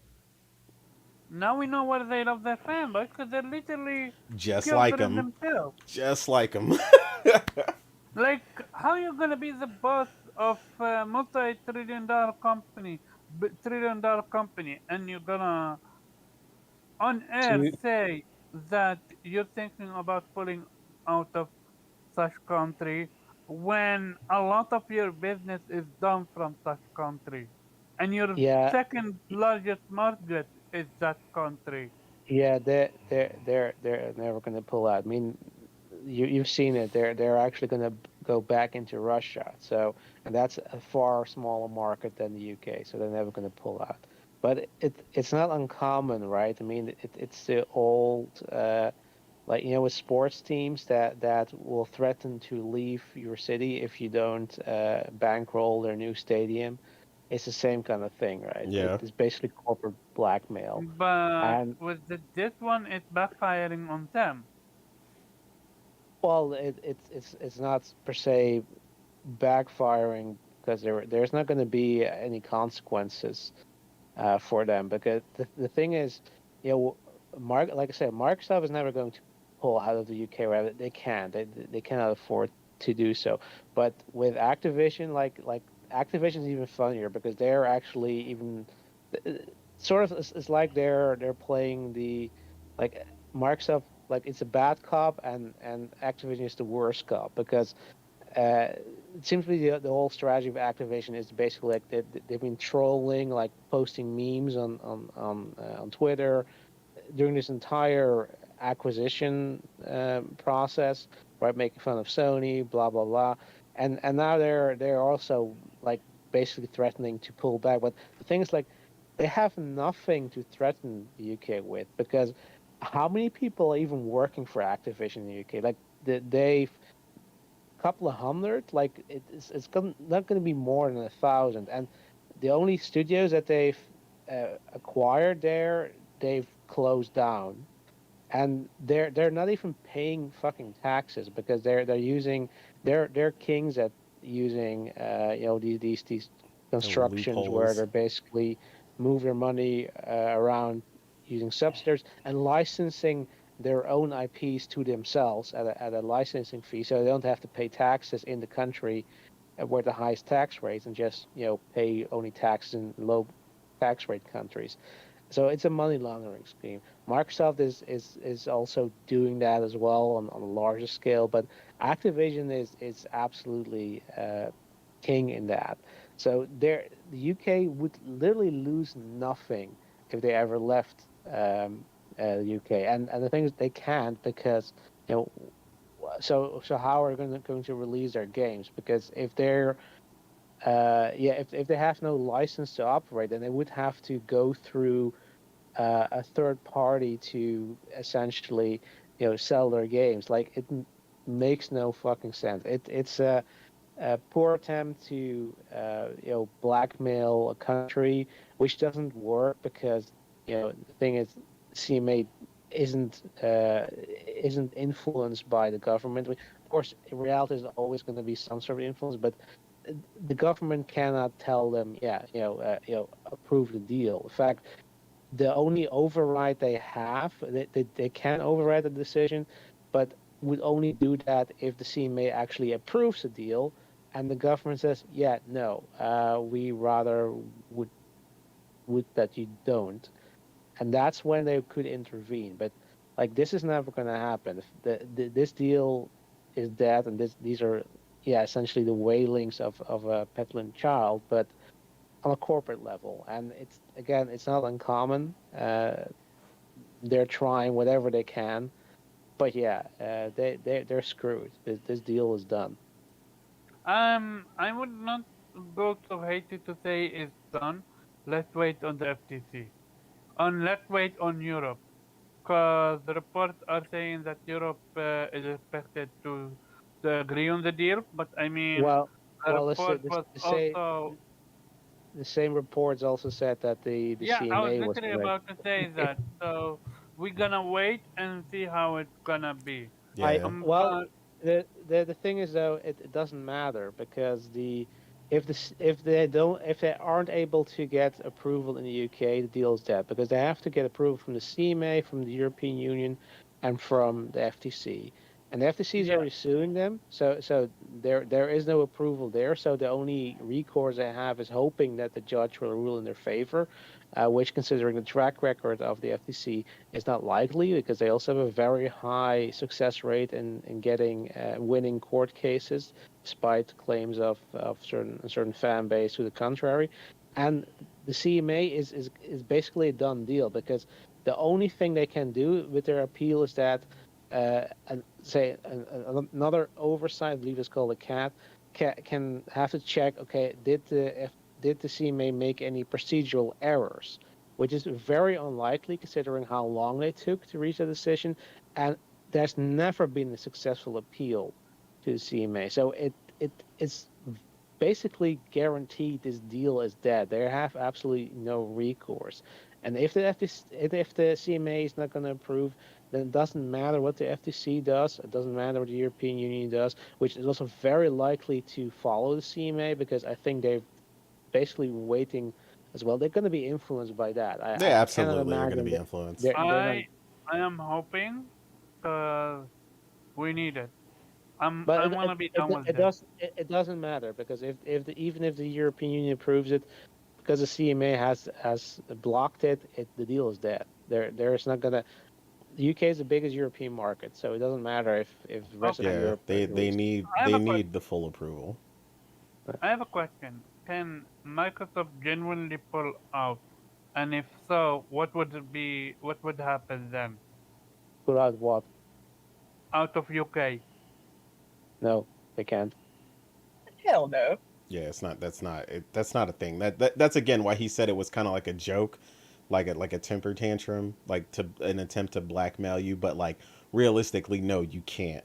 Like that. No, So what this if we is just block the cloud the, in UK? this I was is like, not a y'all don't this is understand. not this is not a joke though. No. That's what he Lulu said. said it. And Lulu said it. Lulu's a And fucking idiot, Activision. honestly. I'm gonna keep it 100%. She just wants to collect the bag, I and know that's all I she's know been running she her does. mouth I know for. she does. So she doesn't, respectfully, she doesn't know what the fuck she's talking about. And ultimately, no, because part of what he was talking about was pulling out Microsoft entirely. That is not gonna happen.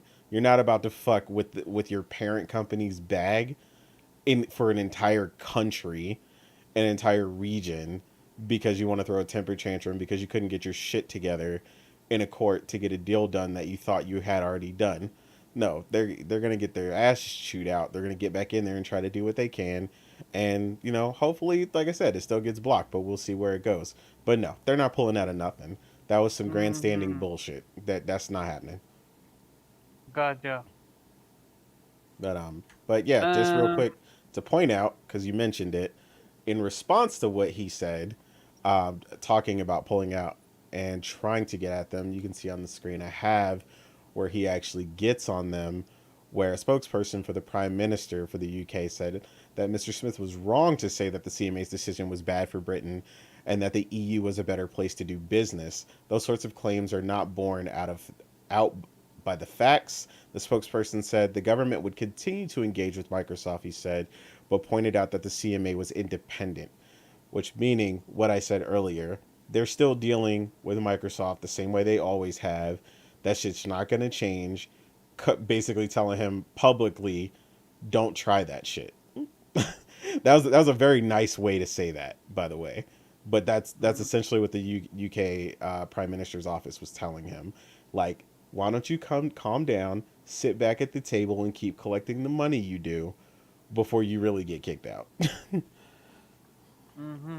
Yeah, but they're not going nowhere. Do you see Microsoft, not Microsoft, UK do something to almost like punish Microsoft? No, that's why he said at the bottom. That's what that bottom part is for. So they're not going to punish them because like I said, the problem is everybody keeps, and we explained this early on, right? Everybody keeps looking at it like your friend did something dirty to you, right? They're not friends. They're business partners. This is all business. You don't mess up your business because another part of your business fell through, right? You just keep conducting business. You keep making money. You don't mess up one part of your partnership. No, that's not true because according to certain fanboys, Activision is gonna reap hell on PlayStation if this deal doesn't go through. They're gonna stop doing business with them. It's over. Like, yeah, I definitely seen that. doing business with their biggest revenue stream. That's just how it goes because they're taking this personal. I posted it on Twitter, but yeah, I wouldn't be surprised. Like that Sony's gonna go to Activision and say, you know what, that marketing deal we have, right? We're gonna pay half now because you told Mhm. us that Call of Duty isn't that valuable of a brand, so we feel like we don't have to pay as much anymore. With Exactly.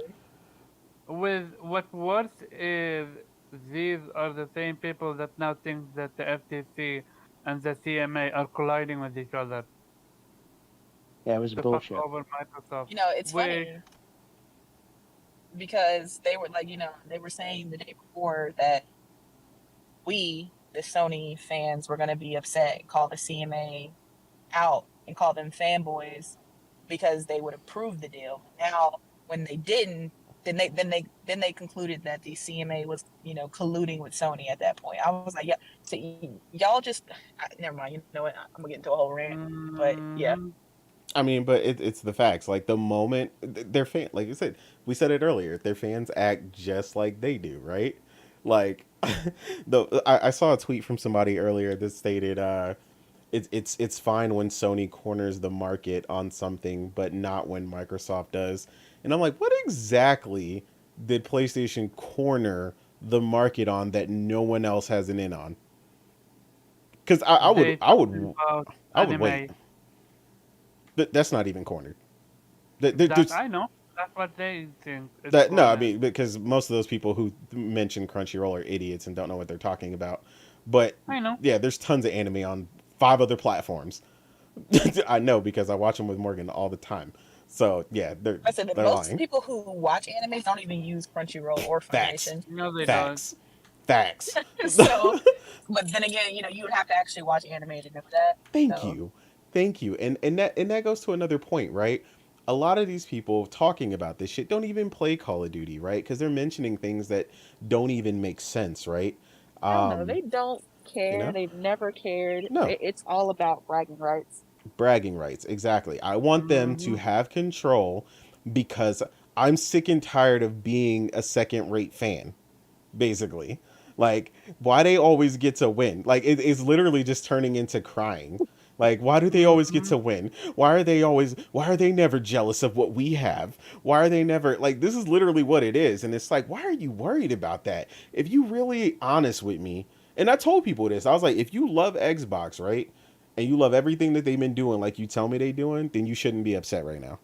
They got 23 studios, hella games in the works. You should be excited. You should They absolutely don't be care. excited. They don't care. They really about making the deal. Well, exactly, because it's not about the games at the end of the day.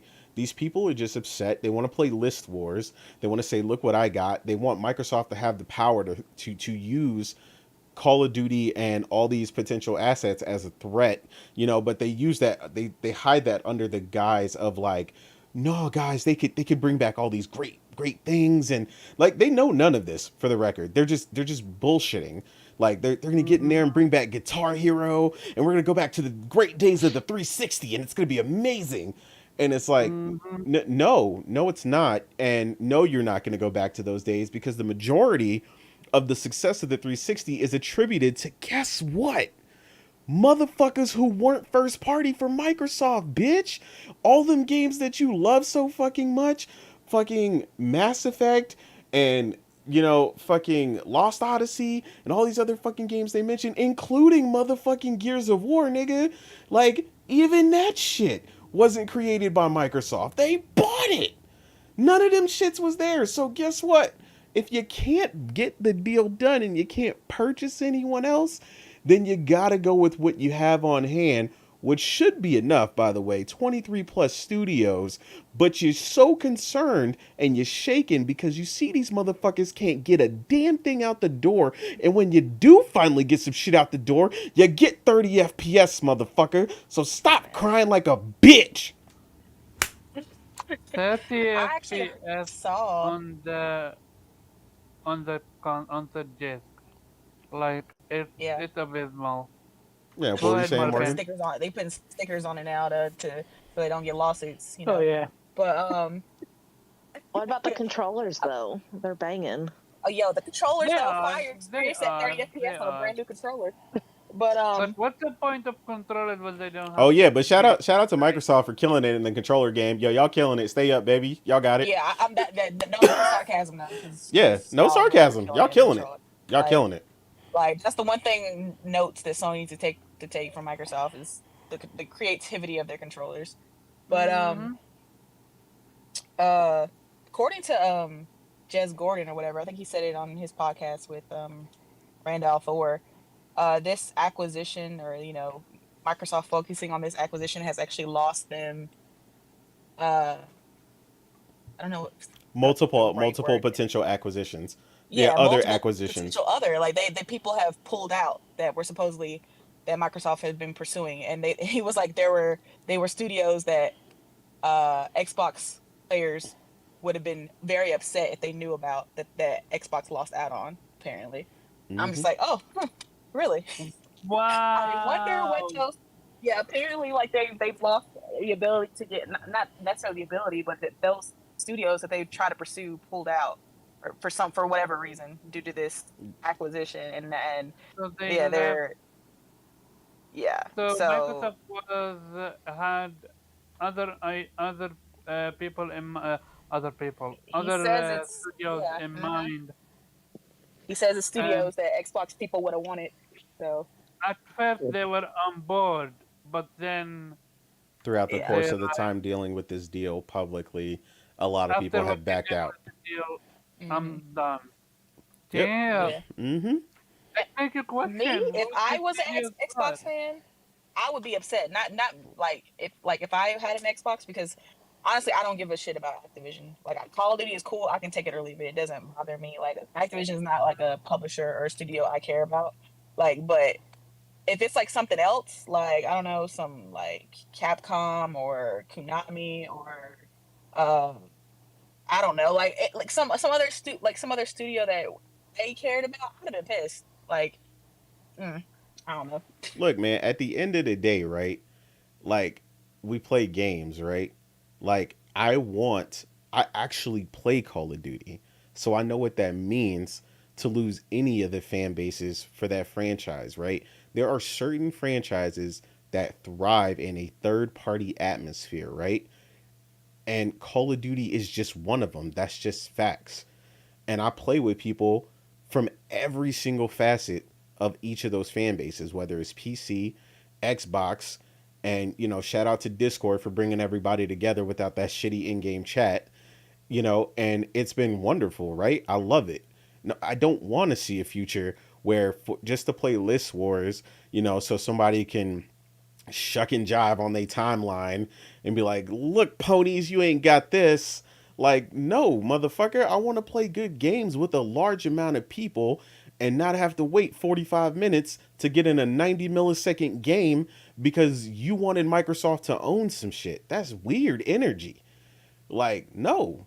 You know what I'm saying? Like, I don't even want PlayStation, and we've said this, multiple fans have said this, I don't even want PlayStation to own Square. The only reason I feel like it's necessary is because you got to protect them from Microsoft out here acting wild. Because I don't want Microsoft, a company with a poor track record in gaming, to ruin what I love from that company. But the reason I don't want them purchased and I want them to remain third party is because they make great content with Nintendo at the same time that I also enjoy, which guess what? Now ultimately gets shared between PC and PlayStation as well, with people getting to play Live a Live now.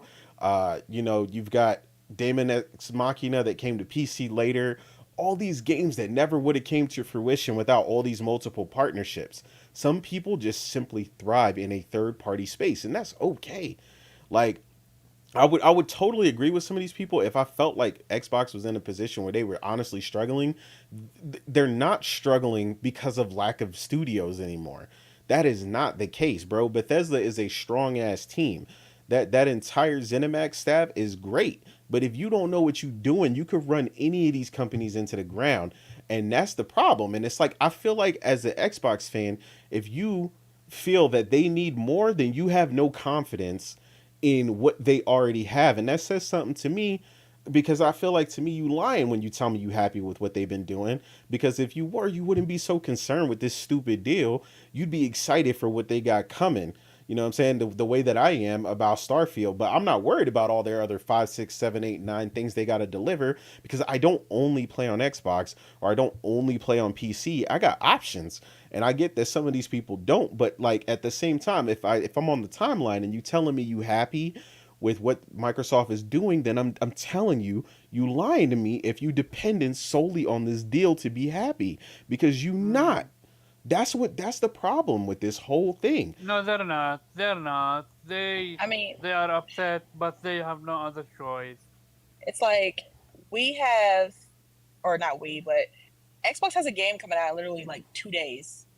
And it's like, but the majority of Xbox fanatics that I see, they're solely focused on tweeting every hour updates about this damn Activision deal. Like, who cares? At the end of the day, you tweeting about it isn't going to change anything. It's gonna go through. It's not going to go through. It doesn't matter. Like, after that decision, if I was an Xbox fan, I would have been done. Like, just call me when a decision is made. Like, at the end of the day. Like, but I'd be talking about Redfall. Like, hey, what character y'all picking? What we playing? Who am I squadding up with? What are we doing? Well, I feel like we talking about that more than they are. Yeah, and I understand Xboxes need to get all these damn studios and publishers because unfortunately they've created a system where they have to feed the beast that is Game Pass. Because like Netflix, Netflix has to pump out, they spend millions and billions of dollars on, exclusive Netflix movies and TV shows because they have to keep people subscribed to Netflix. Like, because they see that drop that happens when Netflix is dry as hell and there's nothing to watch. So they're constantly like, okay, guys, this is our lineup these are movies for June, July, August. Here we go. Like they show everything, and then they're paying these big name actors to come in to make these movies and series with them. And that's what, unfortunately, Xbox has to spend all this freaking money because they have to keep content pouring into Game Pass in order to keep people subscribed and to get people to subscribe and stay subscribed. But as a gamer, you shouldn't give a shit. You shouldn't care about this fucking acquisition, especially if you don't play Activision games. Like, what does this mean to you? Like, you're gonna have access to a game that you already had access to. Congratulations! Like, that's the difference between Netflix and Xbox is, it's not like you can't just buy the game outright. Like with Netflix, you can't buy a movie that's on Netflix. You can only watch it on Netflix. But Xbox, it's not like you need to subscribe to Game Pass in order to play Call of Duty. You can play it anyway. So this whole thing, like it's just ridiculous. Like, I'm gonna wait till it comes to Game Pass. Oh, I like that game; it looks good, but I'm gonna wait for it to come to Game Pass. And I'm like, what? That I just don't understand the mentality. Especially if you're really interested in a game, just get the game. Like, there's no certainty that it's even gonna come to Game Pass, let alone if it does, when it is gonna come to Game Pass. Just get the game. Support the game. Bring it to, so that more people and more developers will come to your platform and make games, because that's the reason these developers aren't making games, and certain developers aren't making it for your platforms, because you're not supporting the games.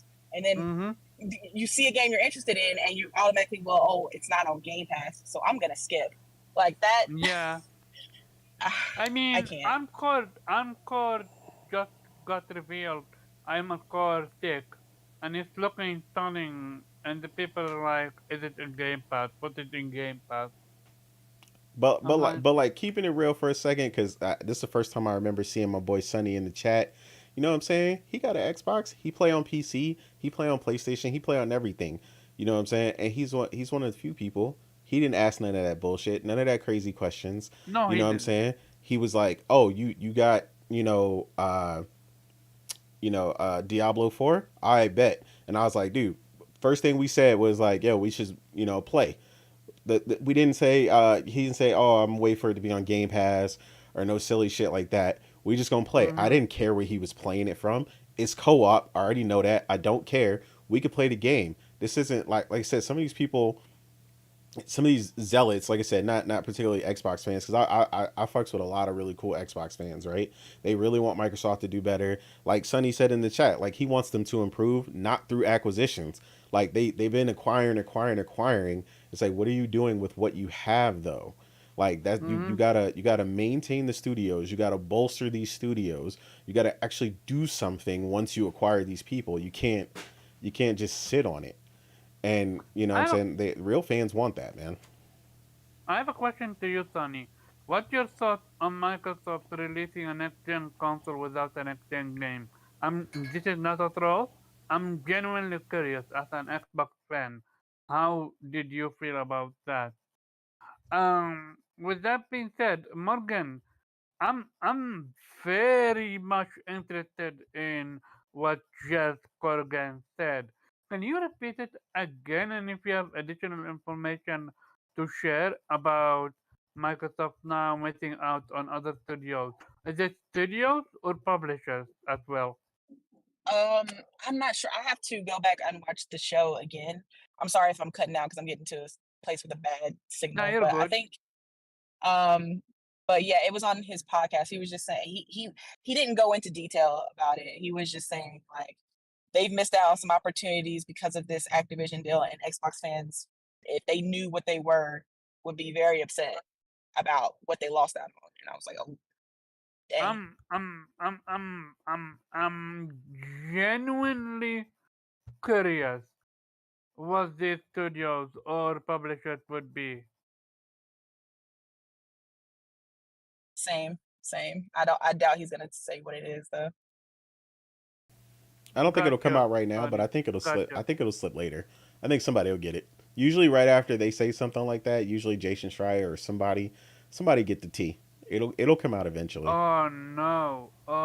And let it Oh, be a if studio that that Xbox fans actually care about. Then they're gonna be like, wait, hold up. We Mm-hmm. lost out on if this because of Activision? Mm-hmm. Wait a minute. if that can you imagine like PlayStation fans, can you imagine if Microsoft was gonna buy Square or Capcom or Oh Sega yeah, they would or freak out over any of those. Another Realm or what you call it? Like it makes you It was FromSoft. question. It makes you question who would Xbox fan really want for them to be so pissed if they find out.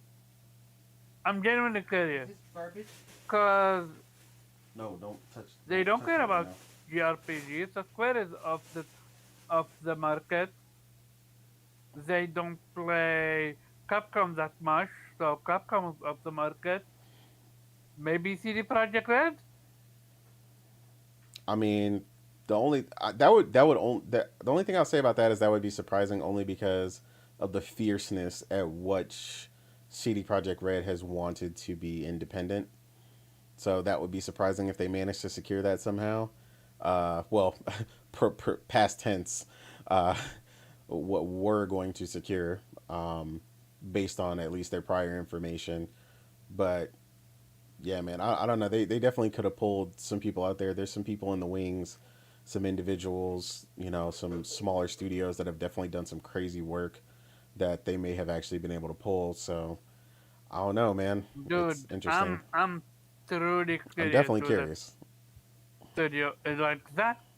That's more important for me than the Activision Blizzard deal, dude. Cause now I'm genuinely curious. Who did you miss out on because of this deal? Weeb, you've been silent. Where you at? Going He once, went to bed. No, going thrice. I'm Hey, just playing games. how dare you play games? Yeah, how Go There dare you I? ahead. go, What's your Weeb. You better thought? play them games. There you go. But Go but ahead. what they What's your thought? about what they missed out on? Yeah. So basically, Microsoft missing out on.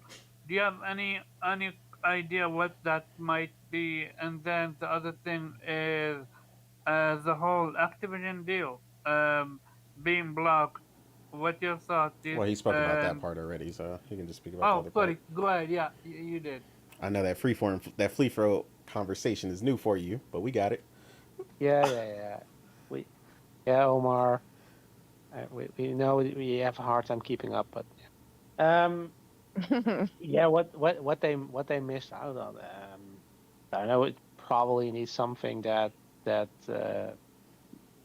yeah, I don't know. CDPR is definitely is possible, but yeah, I understand what Nate's saying, that they probably just want to be independent. I don't know, maybe Remedy Yeah, would be one. that's a lot more realistic. Yeah. Okay, that would be one that would make me upset because I like Remedy. Yeah, That I would was be gonna one say you finally like that they got Remedy. me jealous. Yeah. I have the feeling it's Japan related. I mean, I'm still very skeptical about the entire idea of Microsoft buying a Japanese publisher. Mm, I mean, as long as they stay away from Sega, because no way in hell I'm gonna let Microsoft ruin the RGD franchises. No, never gonna happen. okay. Yeah, but you know, it it sucks to suck, I guess, because yeah, that's a thing that they're gonna lose out a lot of money. Like I think they have to pay Activision $3 billion just because even if the deal doesn't go through. And yeah, the thing is like I don't know what some people are saying. Think okay, yeah, but now they have $70 billion to do whatever they want, right? But you know they're not gonna just spend that on games or whatever, right? That amount was reserved for a specific purpose for acquisitions.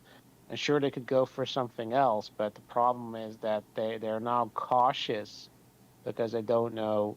Okay, say if we're gonna buy Ubisoft, but maybe FTC or the CMA will block that too because they're like, no, we said no. We don't want you to keep buying publishers. So you're not going to just switch targets. Plus, if they have to spend $3 billion for nothing, like, do you think that they're going to be willing to go through that again, like buy another publisher at risk that it's going to fail again, have to pay billions of dollars for nothing? I mean, even if you're one of the biggest companies in the world, that's a lot of money to throw away. So I'm not so sure that their acquisition spree is going to continue unfettered after this deal is going to officially fall through. Okay, gotcha. Before I continue, shout out to Sonny Slim, shout out to Guap, Zilla in the house, and shout out to Win the Maze, just here to show some love. We appreciate that. Okay, lady, any thoughts about this whole conversation? No, I Thought don't so. care. Kate, that's okay. I'm gonna I order. know you I'm gonna don't order Kay a care. T-shirt that says "Block the Deal." we all know you're the one that did some what do we call it background check to get the deal blocked. Man, Thank you for doing it. Okay. I do what I Oh, you're can. welcome. And Nate, do you got time or should we end it here? I think it feels like a good pacing. Why? What's the next thing you wanted to? The next topic was just gonna be the state of gaming in general, how gaming unreleased, unfinished, broken. Yeah, because that's And definitely a topic that we've encountered quite a bit lately. So yeah. yeah, so in case you have been living on a rock, Jedi Survivor, is that what's name? Because I am genuinely not a Star Wars fan. So is this the name Star of the Wars game? Jedi Survivor, yeah. Star Wars. Yes. Okay, so Jedi Survivor is the next game to be released, and it doesn't matter what platform you own. It's horrible, horrific, even. Speak for yourself. I sorry.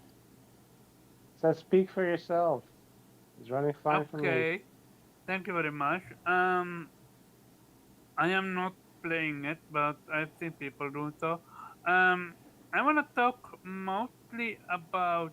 Hey, Nate, I'm gonna share with you this one. I really wish I've done so before. Can you just put it on Yeah. screen?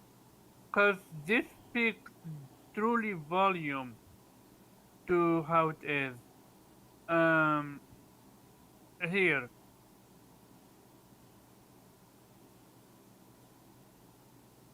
And then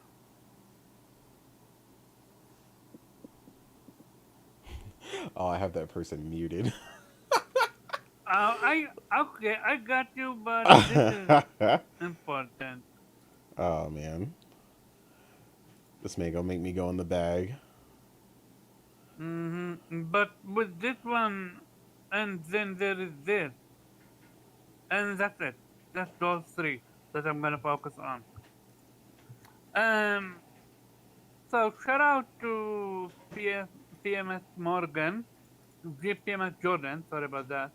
She said, she so PC gamers put out a Damn. tweet saying this now makes like the sixth AAA game to release broken on PC at launch this year alone. Side on reviewer. Um, so they said that. So PMS Jordan, again, shout out to her. She says, you guys gave it an 8, but recently crucified Last of Us 1 for having a bad port. Stay consistent. And then when you go to her comment and you go in deeper, not only that, they gave a review for a Plague Tale Requiem, gave it a 2, and said an adventure through France where the real plague is the frame rate, and yet Damn. Cyberdrunk 76 PC review, a stunning achievement if you can overlook the glitches, and gave it the full blown 5 stars. Definitely looking inconsistent to me. Mm-hmm. I mean, it's It PC gamer.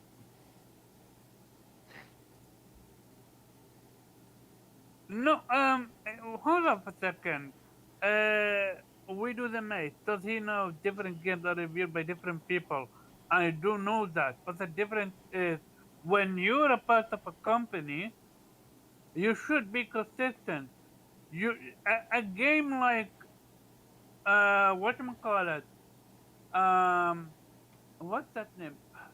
Cyberdrunk 76 was had way more issue than a game like Fallen Order or The Last of Us 1.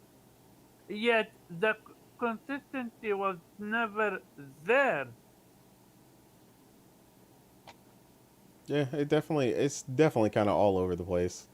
I mean, we How see you it, gonna give? but they dock a How you shit ton gonna of give? points for one and not for the other. So yeah, Yeah, like how you gonna give Cyberpunk a fucking 5 and say if you can overlook the issues?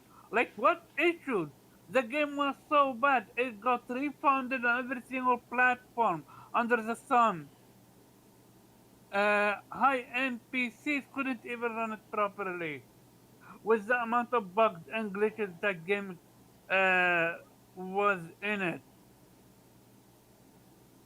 I mean, to be fair, at least on that one, I don't know what glitches. I never actually read that review because I don't never read reviews these days. If it ain't a video format, I don't care. But uh, I mean, I did play Cyberpunk day one, and I was largely fine. So, uh, Yes, we know PC Master Race was all good and dandy when I it came to mean, Cyberpunk. me and my 3080 was trucking along. So, Oh, hey, yo, fuck them consoles. PC good, bro. yeah, I felt for my PC homie or my console homies, but yeah, I was living a different life at that time, and I put 165 hours in it, and I was pretty much good to go. I didn't really encounter anything major, but yeah, I mean, when Um, you clearly see that they mention glitches and stuff like that, if they were running into them and then clearly not docking it mhm. and leaving it with a clear 5, like that's crazy. Like you gotta dock. Okay. Yeah. I want to explain something to Windows and Mate. There's a. I'm not focusing on people reviewing a game from a different genre. I'm focusing on Why they're the. not docking points for performance issues on one and not the other. Yeah, like you're not giving the same exact same. You're allowing, and I'm not talking about you, I'm talking about the reviewer, is with one game, which A Plague Tale Requiem, it's an amazing game that should be easily 8 out of 10. Easily. Yet they gave it 2 stars because FPS dropped. Yet again, Jedi Survivor, which is having a lot of issues on PC, got an 8. Yeah, That makes from I'm what gonna I've be real seen, with yeah, you, real. Omar. My bad. I'm sorry. Go No, you're ahead. good. No, go ahead. No, go ahead, Morgan. People, reviewers, they review based on how they feel about an IP more than how the IP actually is. Like, if you, and I mean, I'm the same way. I'm human. Like, I love Star Wars and I love this game, and this game has been performing terribly on me. Like, so much so that the screen went black on me when I was playing, and I could hear the audio, but I couldn't see anything. I had to like hard shut off my PS5, and I had to clear my cache on my PS5 just to get the game to run again. Like, I had to do a whole bunch of crazy shit. But I still love the game because I'm a Star Wars fan, and two, I think this series is great. So it's like, even with all of the bugs and the glitches, I would still give this game like an 8 or 9. And that's just how people are. It's like, if they love an IP and they love something, they'll ignore bugs or glitches. But if they feel a certain type of way about an IP and it's not appealing to them, or it's not pulling at their heartstring or something, they're gonna count off for bugs and glitches. They're not gonna keep the same energy. That's just the thing with reviewers. They like what they like, and if they like the IP, regardless of how poorly it performs, like technically, if it has FPS drops, if it's frames, or if it's screen tearing, whatever the case, they don't care. They're not going to care. They're like, and I think the reason, like, especially with PMS Jordan's example of like, they took points off for Last of Us Part 1. Like, it got a 65 for its PC port, right? Deservingly so, because the PC port was terrible. But then Jedi Survivor, but it's got like an 80, like an 85 or 88 or something on PC, with even worse performance apparently. But I think it's because people felt some type of way about being fully charged for a game that Sony's made like twice already, and so they felt the need to take points off because they were feeling some type of way about the game, regardless of the game being a fantastic game and a fantastic IP. Like, they decided to take points off just because of that. Where Jedi Survivor is a Star Wars IP that people really, really like. And so, regardless of the technical issues, they didn't feel the need to take points off for that because they love the Yep. game, they love the IP. For Forbidden West had issues at launch. They taken point out of it. Elden Ring had issues at launch. They never even taken point out of it. That's Well, what I'm trying to that's talk a about. perfect example of what she was talking about, though, when we were talking about the feeling, because we mentioned how people are like literally overzealous about anything Souls like, and like you could hear it in the review, right? Like, Yeah, so in the way that these people basically sound. biased. Yeah, it is They're biased, but biased. people believe it doesn't exist, but we know it does. Like It does. I fully expect it. Go Yeah, ahead. and it could be like an unconscious, like they could be like not even aware that they're actually doing it. Even like, I'm not saying that, I'm sure some of them are fully aware that they are biased, but some people might genuinely not even realize that they're being biased. But yeah, that's really all this is down to, bias. Like, if I like your IP enough, I will ignore the technical issues of this game and just score it based on what you've given me, like just the game itself, the story, the gameplay, stuff like that. I'm gonna ignore the tech side of it. But if I'm feeling some type of way against your IP, or I don't like certain things, certain practices you're doing, And then I aka Sony, encounter I don't like you performance as charging me well. $70 for a remake that is a 1-for-1 and you didn't change anything, and you're charging me full price for it. I don't feel some type of way about that. So I'm gonna, so these this technical, the frame rates, the everything going wrong with this PC port, it makes me even more upset. So you're charging Yeah. me for this remake, and the game's fucked up. Okay, 65. No, we're not doing that. Yes, That's they're gonna just go at it even that's harsher. just the way these reviewers are. Okay, Yeah, I got you. that's just unfortunately how it is. Sony Slim, I got you on that end, but the difference is you're not a Hmm. reviewer, and you Oh can yeah, have, not of you course, can, yeah. you should have your own opinion. But when you're a reviewer, you're supposed to be bipartisan, well, not bipartisan. You're supposed to be unbiased. As You're unbiased gen as a human can be. Yeah. But yeah. as a human can be. Yeah, I but I got say you. unfortunately they're still human at the end of the day. Yeah, because Yeah. trust me, I don't trust a single Zelda review coming out right now. Because I know Eh, every single person that is about to review that Yeah, game they is the are biggest that game is fanboy in the already a office. 1,000 in the they already Yeah, market gave review. that game a 10 before they even played the game. They were like, yeah, okay, that game's gonna be a 10. yeah. You just got to, you just I'm got not to saying know it's it. not gonna deserve it. I'm sure it's gonna be a fantastic game, but before they even played it, they already put it in Yeah, their head that this game is gonna be it's a game of the 12 year. before they unseal it. Hmm. They Hmm. could probably just go ahead and release the reviews before playing the game. Yeah, Go ahead and like release them. like yo, We didn't play it. Game of the year. Let's go. game of the year, 10 out of 10, fire. Like Hmm. trust me Wait, on It's just this. yeah, wait, we don't even need to put the other people in the nominations. Let's just go ahead and give Zelda the award. It's fine. wait, wait, hold up. Companies can dictate which reviewer review a game? What do you mean? Mm, That's new for me. I mean, they I've can never, dictate who they give a review copy to. yeah, like a person, but I've never seen them do. I've never heard of them doing that for IGN or Me something. neither. Yeah, as far as I They know, always, IGN gives it to whoever is available that they want to give it to. I've never seen that. Yeah, I I've could never see heard like like a somebody said they can pick specific people yeah, I've never seen that. to review it. I could see them I've getting on never seen somebody that. at like a small publication, like if they like if, for instance, right? Like I know Chris recently got the review code for Live a Live, right? But it was specifically given to her despite her working for the company. It was given to her because they know she's a JRPG fan. So like that I could see, but I've never seen them be like, y'all get a review code, but Bob got to review it. Like I've never seen that, but I mean maybe.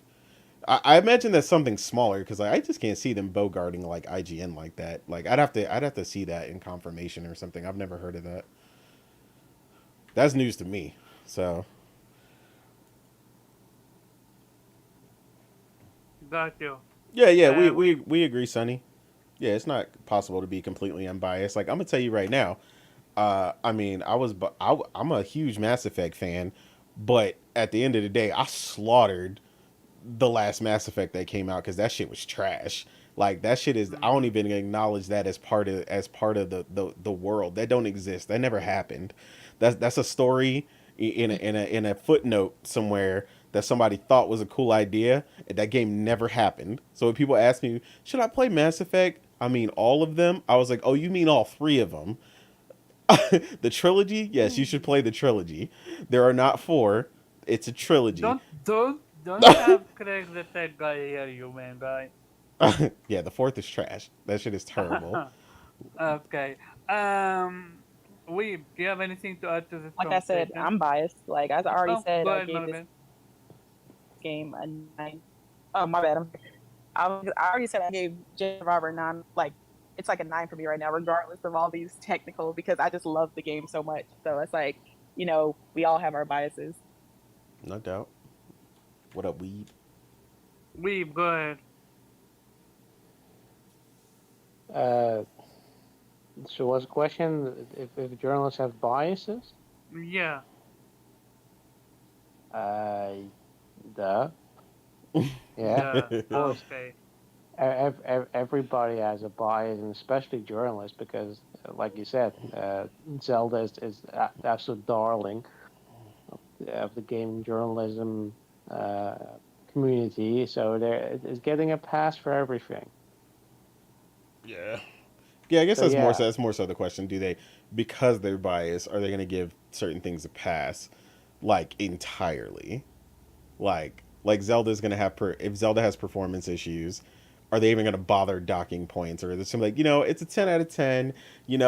It did run at 3 FPS in the grass, but fuck it, man, I love this game. 10 out of 10. Gotcha. Okay. What about you?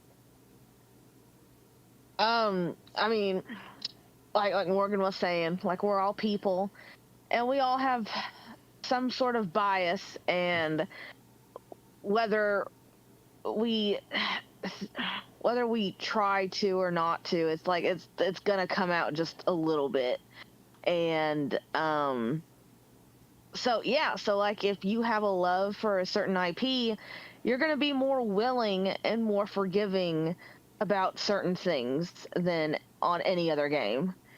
So like if you hate a certain type, because they will put people to review games that they're like, well, that's not my kind of game. Like if it's a platformer and they're like, well, I don't like platformers, they will have people review a platforming game, even though they say, yeah, I'm not a platformer, I don't even like platformers. And then you come up with that kind of issue as well. Yeah, when someone who And doesn't like it gets it and they're yeah, forced to review it. Yeah, I've definitely read some right. of those reviews. It's like, oh man, they gave it to Tim. He hates those games. This isn't going to be pretty. Yeah, No, it's not. exactly. So yeah, so if they're put on a game that they don't particularly like, they're probably definitely going to be more harsh about it, and they're not going to overlook any small detail that they don't like about it. They're going to be like, yeah, no, this is wrong, this is bad. And then the parts that are good, can they really even appreciate those parts if they don't even enjoy the game really at all anyways? um and then vice versa. So it's like, oh, I really like this IP, so I'm just gonna overlook everything that's wrong with it and just highlight the things that I love about the game. Mm-hmm. So, Gotcha. and this And is with why that being, we shouldn't go by Metacritic. This I is agree. this is I why I just ask 1000% y'all. agree. If I'm on the If fence, I'll just ask y'all because y'all about the only few people I trust to be honest.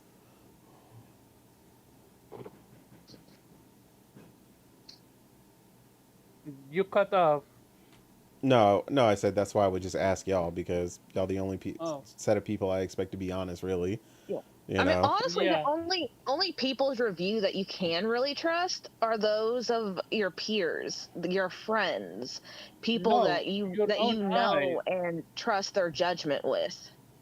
your Because own like eyes. even though like you guys know with me, even though as much as I love Horizon, if there is something wrong with it, I'm gonna point it out. Absolutely. Like you just did, Yep. like we all just did. It's called being honest. It's because you want better for your franchise that you love. Like I'm not getting paid for everything that I said. Even if I was, I'm not gonna sugarcoat things. That's how we are. And with that being said, I think that's the end for this whole entire podcast. No This doubt. was a great show. Shout out to Nate for hosting. This whole new what do we call it format. I need to talk to you with you, Nate, see if it's working or not working. But with that being said, let's get to the outro. Weep, where are you? How are you? Where people can find you? Uh, People can find me on Twitter as the Weep Sheriff at Infinite Rhizome, and well, you can find me here on YouTube as the Weep Sheriff, formerly known as Blue Rhizome, and Other Nation. Otter Nation. Um, Morgan, where people can find you? She might be in a bad spot. Okay, you can find Morgan at Shill Bandit on Twitter and from hashtag My Automation. bad. I Oh, go apologize. ahead. Yeah, I was in a bad spot. Yeah, you can find me on Twitter at Chill Bandit. Uh, I'll be playing Jedi Survivor and then I'll be playing Redfall. So find me gaming. Oh, 30 FPS? 30 FPS. Pray for me. Okay. And Nate, where people can find you? Yeah, just on Twitter at the Real Innate as usual, man. Keeping it gaming. Uh, You Get, game? yeah, man. I know it's a foreign concept once again, to some of the people out there in the gaming community, air quotes. But gaming is definitely what we do in these streets.